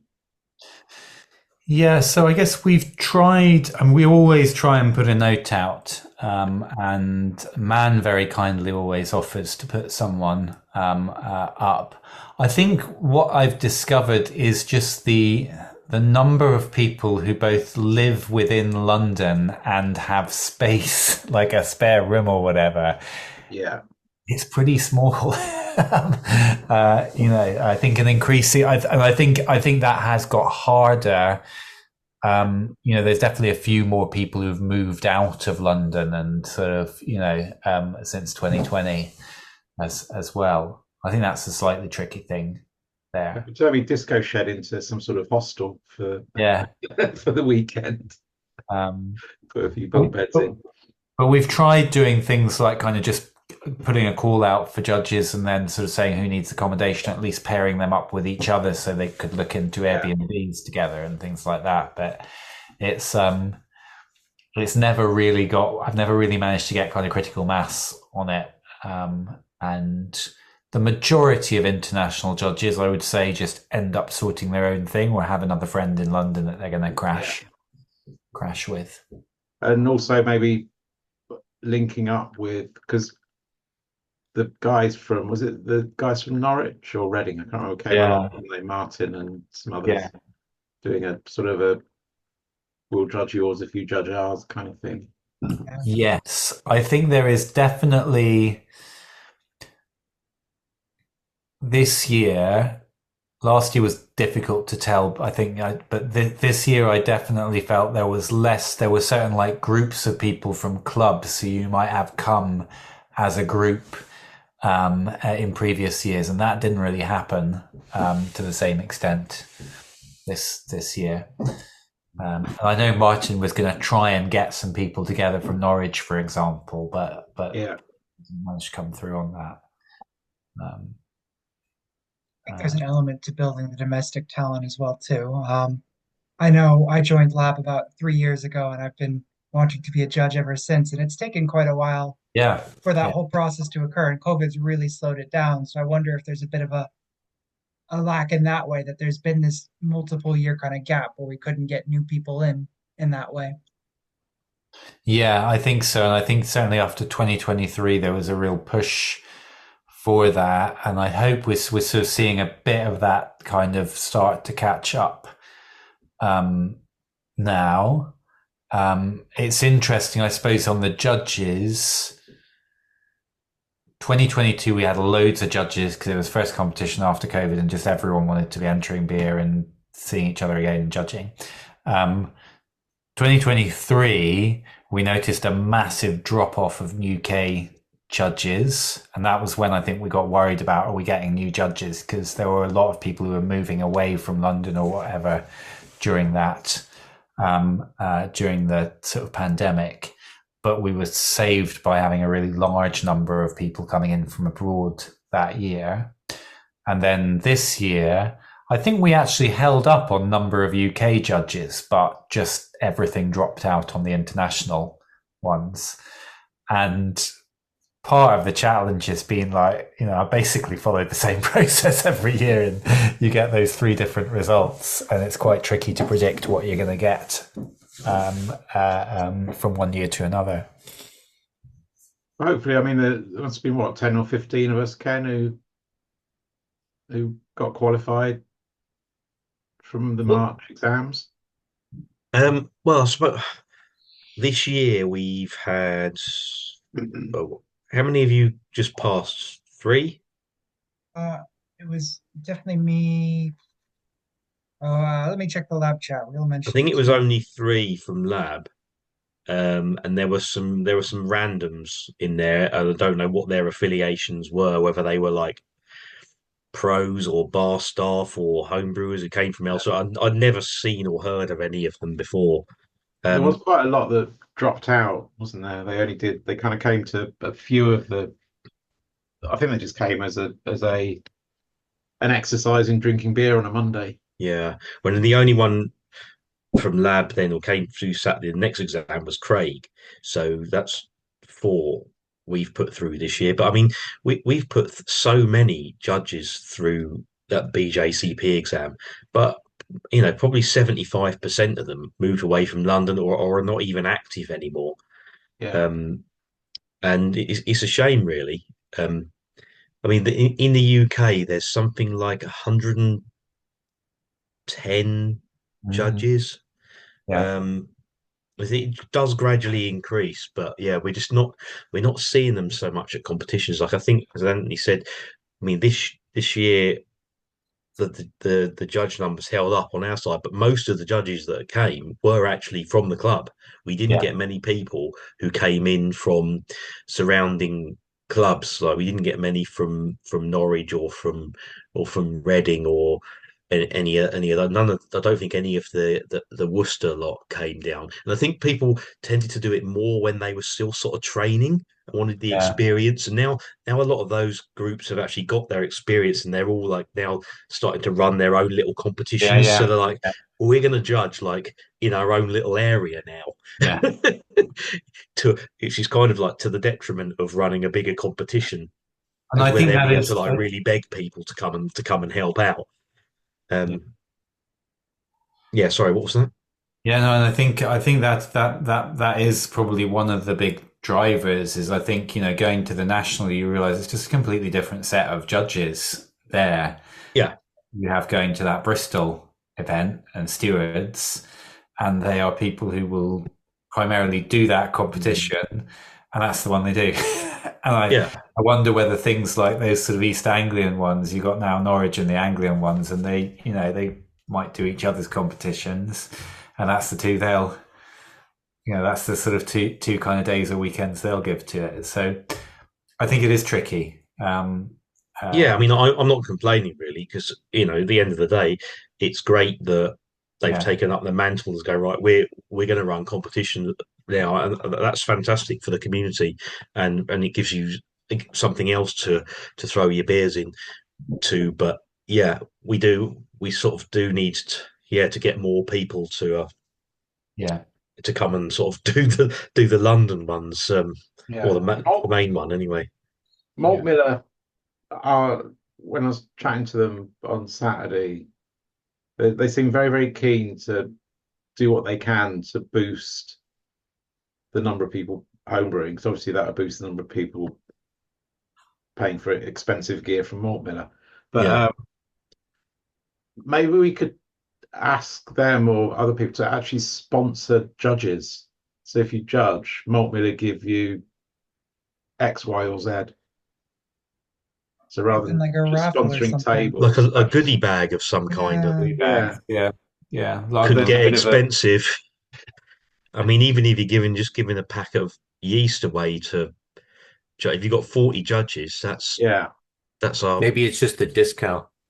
yeah, yeah, Although, I mean, I guess Ken, if you weren't at Lab Open buying tasting glasses, that's a whole chunk of cash that you can yeah, yeah, use to just make that judging experience a little bit better, I suppose. And I don't know, I don't know whether that's enough to sort of tip to kind of encourage people down. I don't know whether that's ultimately what they will do the day for, but yeah. I mean, I don't know really because in on a personal note, I go to judge beer because I enjoy the experience and I like challenging myself and I also like drinking beer, but I'm not really interested in you know a mercenary side of it where all of a sudden we're saying, okay, I'll only come if you pay my expenses or that sort of thing. I don't know. Um, It's just a way, another way of recognizing. mm, Yeah. yeah, More of a thank you than a compensation. Yeah, yeah. No, I get that. I get that. yeah. Um, but I don't know. I mean, there may be things about wanting to coordinate, for example, between all the different competitions, and like what can you do to recognise if people who've judged, who have been the people who have been sort of judging the most competitions in a year. Because yes, you get the BJCP points, I suppose, but I think beyond a certain level, I'm not sure I'm not sure that matters a lot to That's people. actually not a bad idea. You could have like an unofficial like judge of the year or something Yeah, like who's been round the most competitions in the country. Service medal. Yeah. Service medal. Yeah. How would um, you Those get find as out? I stickers mean, at you'd have Logged to in get Live. everybody to own up to which competitions they've judged. And yeah, I think it'd be difficult to collate the information really, unless all the competition organisers got together and said, "Here's the sheet of whoever came to yeah. judge." But I don't know whether that breaches GDPR either. I'm I mean, I guess trying you could get people just to send in the screenshot of their of their judging Oh, record. true. Yeah, judging record. Like, Yeah, send in your if they judging think they've done a record, lot, and and just tell us if you've show us how many oh, points. you may be hitting on to something, Anthony. There, that could become a BJCP wide thing, even Yeah. maybe. See how Well, many yeah, but I competitions you've think done this year, and Top yeah. rank judge. get yourself a pat on the back. Yeah. But I do think because my sense is, just from what people put on the chat, but I think people do kind of care, for example, at getting to that certified level. But the fact that basically we've never got ourselves around to organising an exam for the national BJCP, like until that becomes a route that people are actually following, Yeah. almost every point you get beyond about 5 points, like you sort of, who cares unless there's a sort of exam route to kind of get out to that next stage. Well, on that, I am actually going to organise one for next November. So there will be a written exam to aim for if people want to sit it and have enough points and you know got the relative score in the exam, the right score in the exam. So that will be happening. I'm trying to think back of everyone I've spoken to of when I meet them, why did they come all this way from, say, Italy to come Yeah. and judge beer? And it's usually in conjunction with something else. My wife and I are on a holiday, or we want to come taste a British mild or something like that. Mm, I know a group of us went to the Nationals last year. What was it, in February? And to me, the motivation was to try and go pub hop in Bristol. And we yes. did that, and it Well, was we can try great. it out in Bristol. But there was a bit of like, okay, so we did that one year and it was great, Yeah. but go again and just do the same thing just felt a bit, oh, okay, well I've done that now. And I'm thinking maybe that's what the international people do. They come here, it's an experience, but do it again. You know, Yeah. I've seen Tower Bridge. Do I want to see it again? Mm. I think there's a bit of that. So considering that there's this sort of touristry thing about it, and you don't get new judges every year, I don't know what else can you do? Yeah. Um, there was the one competition they held it in Dis. Was it the Norwich guys? Yeah. Yeah. I didn't want to go to Dis. And it was literally because it was held there. I think London maybe has a bit more of an attraction, but it's more expensive. But it's Well, more the, it's more what happens around it. well, Yeah. the funny thing is, like, obviously they're doing their competition in 3 weeks time, and it is in Dis In again. Dis. And I originally thought it was in Norwich, and I was like, great, I haven't been to Norwich for ages. Norwich is a nice city. I wouldn't mind us staying there the night and having a nosy around. And then it's like, oh, it's in Dis. Oh, well, I sod don't it, I'll want to go do Dis. anyway. Everybody's dissing Dis. I know. To be fair, the brewery that they do it there, I think if it's at Ampersand again, it is a nice spot to judge beer. Mhm. And they are a nice, yeah, it's a nice Yeah, tap. I'm looking forward to it actually. So I think there's a few of us planning to go. You That's what don't I even, heard. I don't think you really realize you're in this when you're in that comp. Right. You could like offer like a brewery tour in the evening after judging. I actually think that would be a good motivator. Yeah, I That's a mean, I great think there idea. is that sort of when we were at Four Pure, we did organize those kind of judge training events. And I think it's sort of sometimes worked. When we've tried to do it more recently, there's kind of the balance between that and most of the things we naturally will organize just involve more consumption of beer. And then people are coming, if they're coming to the festival the next day, there actually feels like there's a limit of what people maybe have demand to have organized across the weekend. But something like a brewery tour, if you can do it, can be, you know, Maybe it's about selling the experience more wholly too in that sense too. Like when you organize that food truck, you can kind of be like, this is the food you're gonna have, this is the experience you're gonna have, these are the people you're gonna meet. Make it more of a community event, not just you're gonna come to some random warehouse, you're gonna drink beer, you're gonna go home. It can yeah. be a proper day out.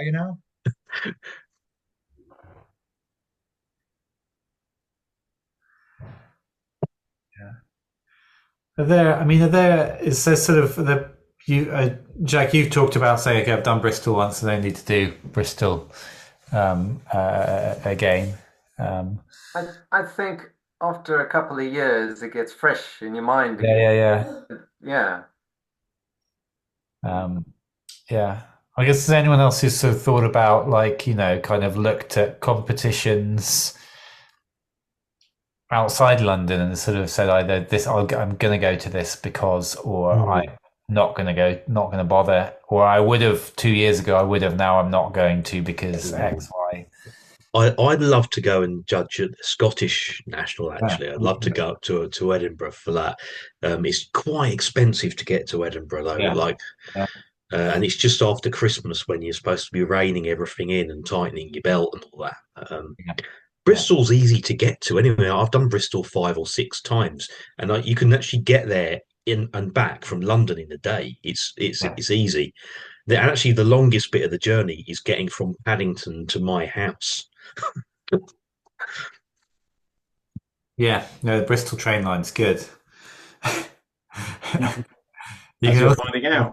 you can get from London from Bristol to London and back in a day as well. So maybe they should be coming. We should see more of them in our comps.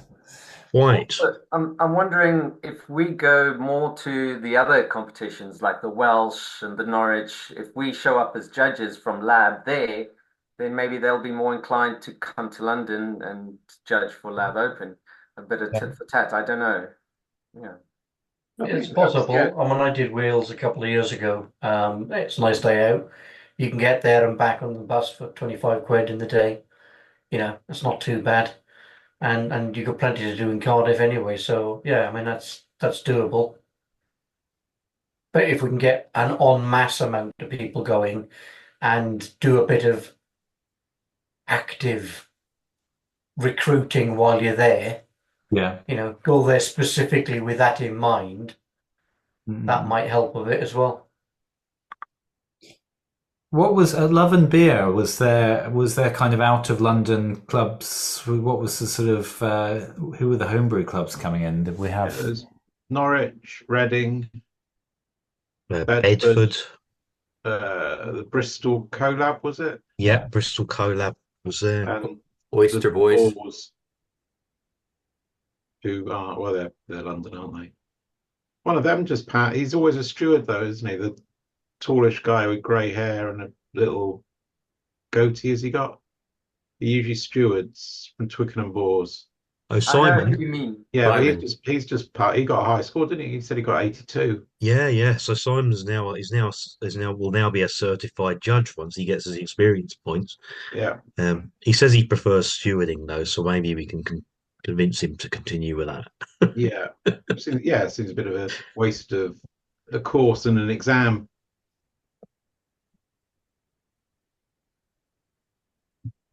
He just doesn't like the pressure. So is that our answer? People are motivated to bring beer and we all have our mini beer festival and they'll come a long way for that, but not necessarily to come and judge. So so maybe we're missing a trick here. We say you can come judge and then there's a beer festival in the evening. I think it helps that it's Saturday too. For love and beer that, the next day was a bit slow. It was very slow. Yeah, obviously the final day for Lab Open is always a Sunday, isn't it? Mm. Um, But the judging's mostly on a Saturday. yeah, but Yeah. the Exams on a festival's on the Sunday Sunday. Yeah, but the nowadays, festival's on the Sunday. Yeah. I mean, that's just it's just the size of it and the size of the venue, really, I guess, because you can't have more tables judging than we can squeeze into the mezzanine. Well, quite, yeah. I mean, it's worked how it Also, is because of how it is, hasn't it? Yeah.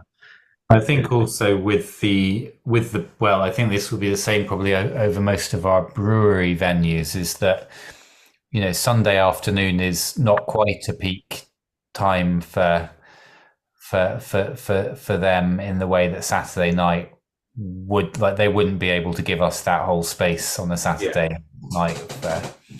right. And we paid for tickets at Love and Beer, so Yeah. Yeah, I mean, just talking to Nick about it when we had the original idea that we might actually host a homebrew club night, and I asked Nick what sort of money he was taking on a Saturday night. It's basically around £5,000 a night, and it's like, yeah, we're not going to quite cover that, I think. Yeah. Yeah. that's the take, isn't it? That's not the I don't Yeah, know how much he makes on a pint, probably No, but it's still his twice as best much. night. that's a Yeah, turnover, right? Yeah, so And that's gonna be a high proportion of his weekly. mm, yeah. But out of that, after he's paid for staff costs and everything, he's probably only clearing a couple of grand, isn't he? to negotiate with him. So that'd be quite a good place. Although I like Hamilton, and as you said, it's very convenient for travel. So having a competition on the beer mile would also be a good thing because when people aren't judging, they can traipse up and down and go to Kernel or go to Cloudwater or go wherever, which again might make it more attractive to judges. Yeah, a lot of the boys that were at the Lager Than Life, they were all doing they were doing the Walthamstow Mile and Yeah, also doing along Cloudwater and Kernel, etc. another night. So a lot of them were actually doing the 2 miles Yeah. as well as our tournament. yeah. But Lager Than Life's fairly small, isn't it? So it's all done in the day. Yeah, yeah. One day, yeah.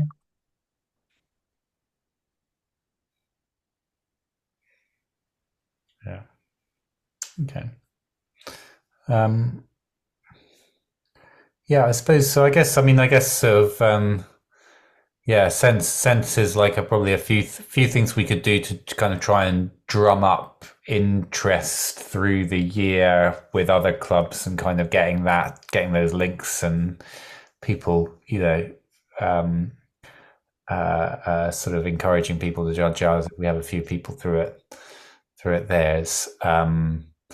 Yeah, I'm getting the sense that actually, in terms of core format, people still like they value having Lab Open there as a kind of as a sort of all style yeah, competition. And there's perhaps sort of things we should just think about. Obviously, anything else we can offer during that weekend to make it more appealing an event for judges beyond the competition itself. What more can we do to kind of help accommodate We judges? could try and, although we do lean on Hamilton quite a lot already, Yeah. because when we talk about brewery tours, there's one 5 feet away from where we're judging. Yes. Yeah. it's Yeah. a bit Also, packed, it's a bit sort of condensed in there. yeah, though, it's There very is, you know. yeah. but also Be things any like interest? Would there be any interest in having kind of guest speakers of some kind? We've already got a couple of people, haven't we? Andy Parker and Jamil have mentioned us in their book a few times. Would they be interested in coming and doing a talk to these judges about maybe something that's up and coming, some new discovery, some new trend, some news, some new news, something like that that might be kind of interest to them. Maybe Yeah. encourage them to Yeah. come again. Or I was thinking a curated beer tasting Yeah. with another, if we could get the head brewer at Hamilton to pour out a few of their beers and discuss the recipe and what Mm, influenced them to brew it, etc., etc. yeah. I That certainly think worked there well with was. us when we had people like Wilderness come and talk to us about their beers, and we've all had, bought the same kind of 4 pack of beers off them as the sample. That Yeah. worked quite well. I think that works okay in this video format. But as Anthony was saying earlier, if you're trying to fit that into the day where you've got a festival, you've got judging, you've got the award ceremony, trying to fit that in and not compete with other elements of the actual day for sound, space, whatever, starts to become a bit more difficult to manage. Yeah, That's Mm. fine. As I say, we did that siren one, which was lovely, great night, wonderful time. It worked really, really well for us as a group. How you quite manage that in amongst trying to run the whole festival, come judging, come, I don't know. I Maybe it think, doesn't have to be I at the think same time.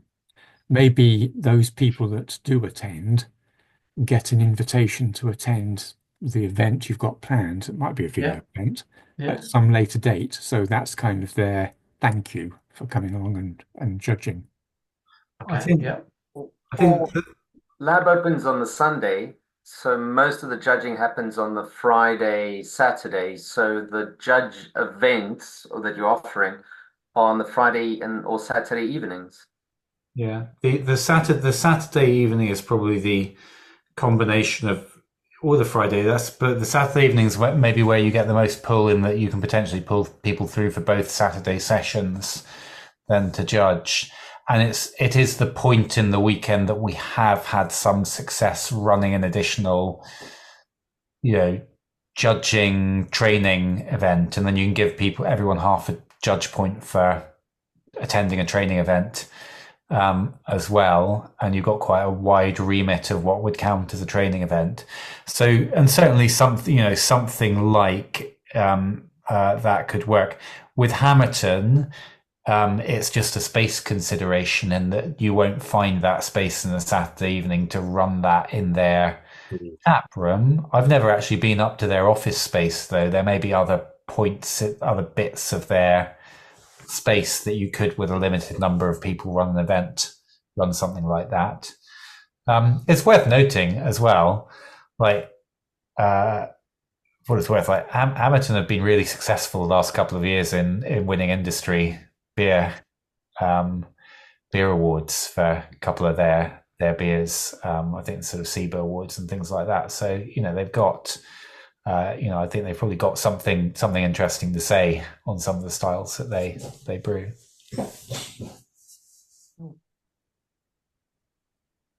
Mm.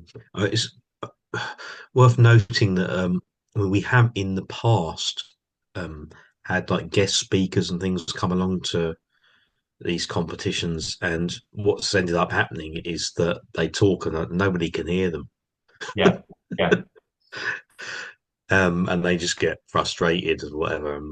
We used to get like the odd celebrity judge to turn up as well.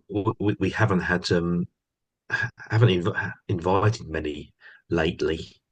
I guess because, well, we can generally fill the judge shoes, but though maybe we'll have to start calling them back in again. We often use that as a carrot when we're trying to get people to sponsor us. That you Yeah. can come and be a guest judge, like a special celebrity judge, whatever. I'm sure that Malt Miller come along and film a judging session and put it up on their YouTube. yeah. Well, They'd be quite happy with that. they just released one, didn't they, on how to enter a competition. Okay, yeah. So seeing it from the other side might be an interesting thing. Maybe one thing to instead of thinking about what more we could do is thinking about how we keep the best parts, or make it the best at whatever thing that we're trying to do by narrowing the focus a little bit, maybe fewer entries. If you say we're running out of judges, I don't know what the number is now, but anyway, just focusing on making it really, really good for what Yeah. it is rather than trying to be all things. Yeah, no, I mean, I agree with that. I mean, I think we've got to, with this year we ran with 300 entry limit. We had 250 something of those beers showed up. And that was a bit much for the judges that we had. We probably, in another year, if there'd been a normal number of no shows, we probably would have been okay with that 300 beers. Just about still. I mean, we were okay, but it was quite a painful weekend, I think, for James and James and So, I. so maybe we go to starting with 200 with 2 entries with a release of an extra 50 if we can see that we've got the judge capacity for it. Yeah, yeah, And then you've got your quality in that. yeah. Maybe, I don't know. Well, and presumably you can still sort of push it as being the premier competition, and therefore, if it's pushed enough, then presumably people will pick it up and think, well, I better get in there and be part of it. Yeah. And I think that is a good point, that there is the trade-off of at what point, if you drop the scale too much, does it feel like it's kind of no longer in that sort of, I guess, kind of premier league of competitions? Like, I would probably say of the ones around now, I would say it's probably Lab Open and the National are the ones that are sort of seen as the kind of big ones, and then the Scottish one has really established itself. The Welsh has always been there at slightly lower level, also. But there's probably a point at which that sort of, and that then affects the, whether people want to maybe sort of see, okay, I want to put this in my calendar for judging. How about if we increase the entry fee, but have it include some form of postage or delivery? So then you could probably have less entries open, but you're more sure of people actually sending them because they've already paid for the postage. Does that require us to organise? But I got the impression this year that wasn't a problem. I mean, the dropouts rate really low. Yeah, the dropout. I think one of the things for that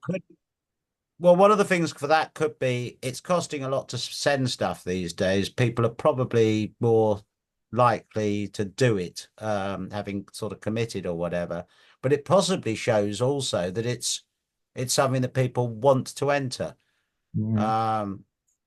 Perhaps it is successful in that way, that if you're getting more a fewer dropout rate, then I'm just wondering whether if it's continued to be pushed as the premier thing, then sort of I think people will, with a smaller number of entries, and you could always open that up a bit, but yeah, it's difficult. I mean, to be honest, I wouldn't be able to have a clear sense whether that no-show thing is a trend until you sort of see it happening again for another year or two. I can probably say that over the time I've been doing it, I've probably been more forward in just communicating with entrants and reminding them and asking people to sort of take off entries if they're not using them, and then we've given people a chance to take those entries. But that probably has an effect around the edges, but I can't really explain the very big shift back into people sending their beers that we had this year, and know whether it's the sort of, you know, whether it's I've paid a high entry for the fee for this, so I'm going to make sure those beers get in, or Yeah. I yeah, was trying to think of ways to make it consistent. So you yeah, know, if there's 250 entrants, that you're going to get mm, 230 or 240 beers in, because then you can plan the judging around that. Whereas if you don't Well, know, that's the point, isn't it? Yeah. It's the judging. If you've got a judging bottleneck, um, then you know that is slightly solves that one. Um, yeah. And I think the reality and then is, you've got to sorry, I cut in. then would no, I'm just wondering then whether you'd be able the judges would be more committed and so on if they knew that it was going to be doable and Yeah, yeah, yeah. Yes, and I think there is that the challenge that you have on I mean, one of the challenges you have on the exact predictability is there's two main reasons we don't receive beers, I would say. And one of them people can plan for, and one they can't. And the one that people can plan for is they just don't get around to brewing the beer. And the other is they brew the beer, but it goes wrong and they can't be bothered to, they're not really bothered to sort of send it. Um, and I would say actually it's probably the second that is probably a little bit behind the rise in no shows over time, in that I think people were a few years ago more willing to send in beers with faults. And I think because possibly people have just seen the overall standard, like you don't get many beers with major faults in competitions anymore. Um, I think maybe we just sort of people are less willing to send those beers across unless they really think they're sort of people self-moderating a bit. but again, that's why I was thinking about the postage. So Yeah, yeah, the why you would do that. Yeah, I've not sent beers in because I think I can't be asked to yeah, spend 5, 6, 7, 8 quid sending these in because they're not that good. Whereas if I'd already spent the money yeah, as part of the entry fee, then I'd probably just chuck them in a box and stick the label on. yeah. But then again, that ends up with us judging more shit beers. So Yeah, I was going But to say, yeah, you're not no, going to in a encourage sense, the judges, are you, if you give them bad beer to taste? yeah, in a sense though, what I'd rather have is kind of it's that sort of amnesty of like you give the leeway and you encourage people to kind of check that they're on top of their beers, and give people the chance to drop out if if they haven't paid, and us to resell that entry to someone who's got a good beer ready to go. That's probably what I'd want to see more Yeah, definitely. but of. again that's with the number of entries. I mean, again, presumably that if you had 1,000 beer entries, you'd be having more ones that weren't as but had faults in them. I think by reducing the number, you're not necessarily going to be reducing that in the same ratio, if you see what I mean. You're still going to probably get people who will brew for it and get their act together. Yeah. Because for all of those people who might think, oh, I don't know, I won't enter it because it might be, there are other people who they're trying to nail it for competitions. So Yes. Yeah. Yeah. Well, it should be encouraged too. I think we take for granted we have lab. You can take a beer in and you can get a very clinical assessment of what's wrong with it.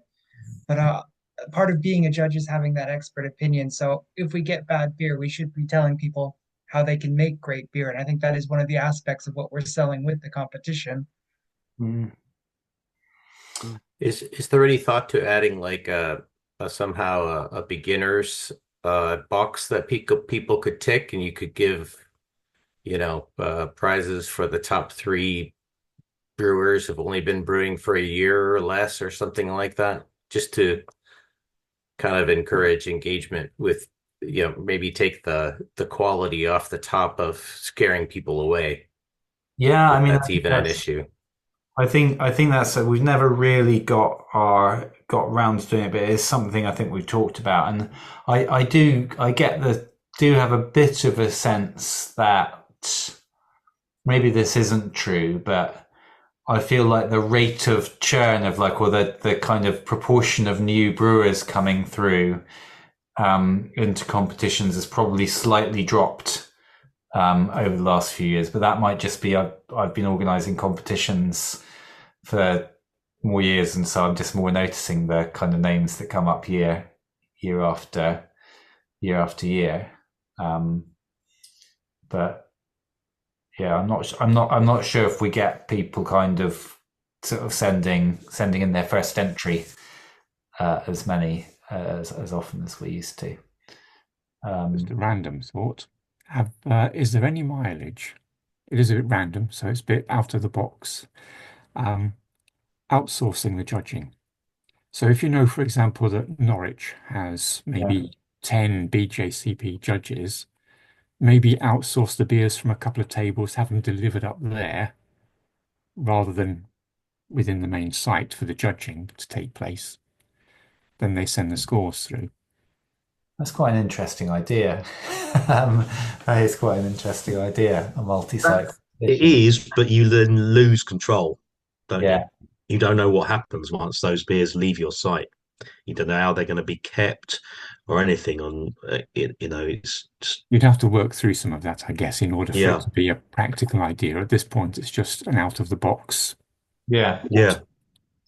It's not, I mean, there are American competitions, I think, that work much more on a remote judging approach, as I understand it. It's probably not impossible to do. You would, I suppose, from the brewer's perspective, it means that, there may be certain styles where you have to post to do different places that might be a bit of a pain. But If they might. it's somewhere like if it's somewhere like Norwich or Reading or somewhere relatively close, one of us could just drive them in a car, couldn't we? Yeah, so there are possible options there, and if it's a club well enough, and some of them we do know well enough, you could, and who know us well enough, and have got people who've sort of done a lab open. There might be ways of exploring that. I know I've done this. I think it was for Martin. They had a little intra club competition, and I got sent a crate of beers and helped to judge it online. And the ones we chose were the winners, was the winner out of something like 12 beers. And it took a week. I think it's quite doable. Yeah. I think a few of us have done this. Yeah, but Yeah. during COVID, we did it a few times. Yeah. And then we did that mad one where 4 clubs got together and we all brewed 11 beers each. And it involved Yeah. a bunch of people driving to a car park in Northamptonshire and exchanging 2,000 beers between cars. That broke some records, which I don't think would be broken again soon. That will never be done again. So yeah, it's amazing what logistical challenges you can solve. But I think that is an interesting that is an interesting idea.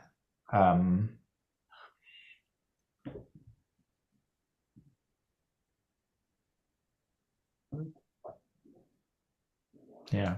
I'm going to suggest that we probably close this up fairly soon. Yeah, it's nearly time for a whiskey in the 10 o'clock news. Yeah. Sounds good. Indeed. Cool. Cool. Well, I'm gonna drop off. So thanks, Anthony. That's a really good talk, really valuable. And it should be distributed amongst other clubs who are thinking of running competitions. Just shows how much is involved. It's more than you could possibly imagine, basically. Yeah. Well, it's doable, and you should still run the competitions. Yeah. Well, I agree, actually. It was a really good presentation. And it kind of You puts got me the in job. mind of, you get software engineering standards and methodologies, you get project management standards and methodologies. You've almost got here in this presentation probably some of the things that you referred to, like spreadsheets and worksheets and whatever, that you've almost got a methodology here for running homebrew competitions. Hmm. Maybe there's some mileage to be had there as well, publishing a lab standard for competitions. I mean, I think there is. I mean, we've got to start stuff, and I think probably this is something that needs probably a kind of more of a wiki and a structure. Actually, something that we should have in the club. But I mean, I think that is true. Most of the material and basically all the stuff that I use, Lee mostly developed 90% of it before me. But actually, we do have just repeatable stuff and that you can take off the shelf. And although I said this year the competition weekend was hard, actually what I realized was doing it for the third time with all the history of email templates and everything that I had was okay, you just like pick the thing off the shelf and you do it.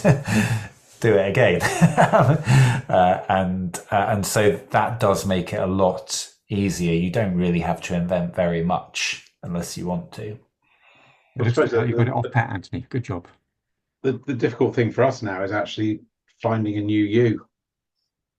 I think the other thing is you probably don't. I would decentralize it a bit more. Yeah.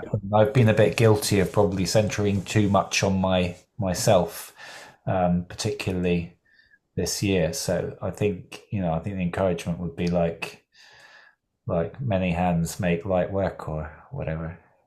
Yeah. Some organizations I've worked in, they have a chair and an incoming chair and an outgoing chair, and so it's kind of a task that's big but is regularly passing between hands. And the virtue of that is you preserve the institutional memory of how to do things. Yeah. So maybe ingoing and outgoing isn't enough, but you have a lot of people who do these things. Perhaps they should be elected roles, like the chairman. You have the head judge and the head whatever. All those roles that Anthony listed, maybe they should be elected roles to the club for 3 years or something.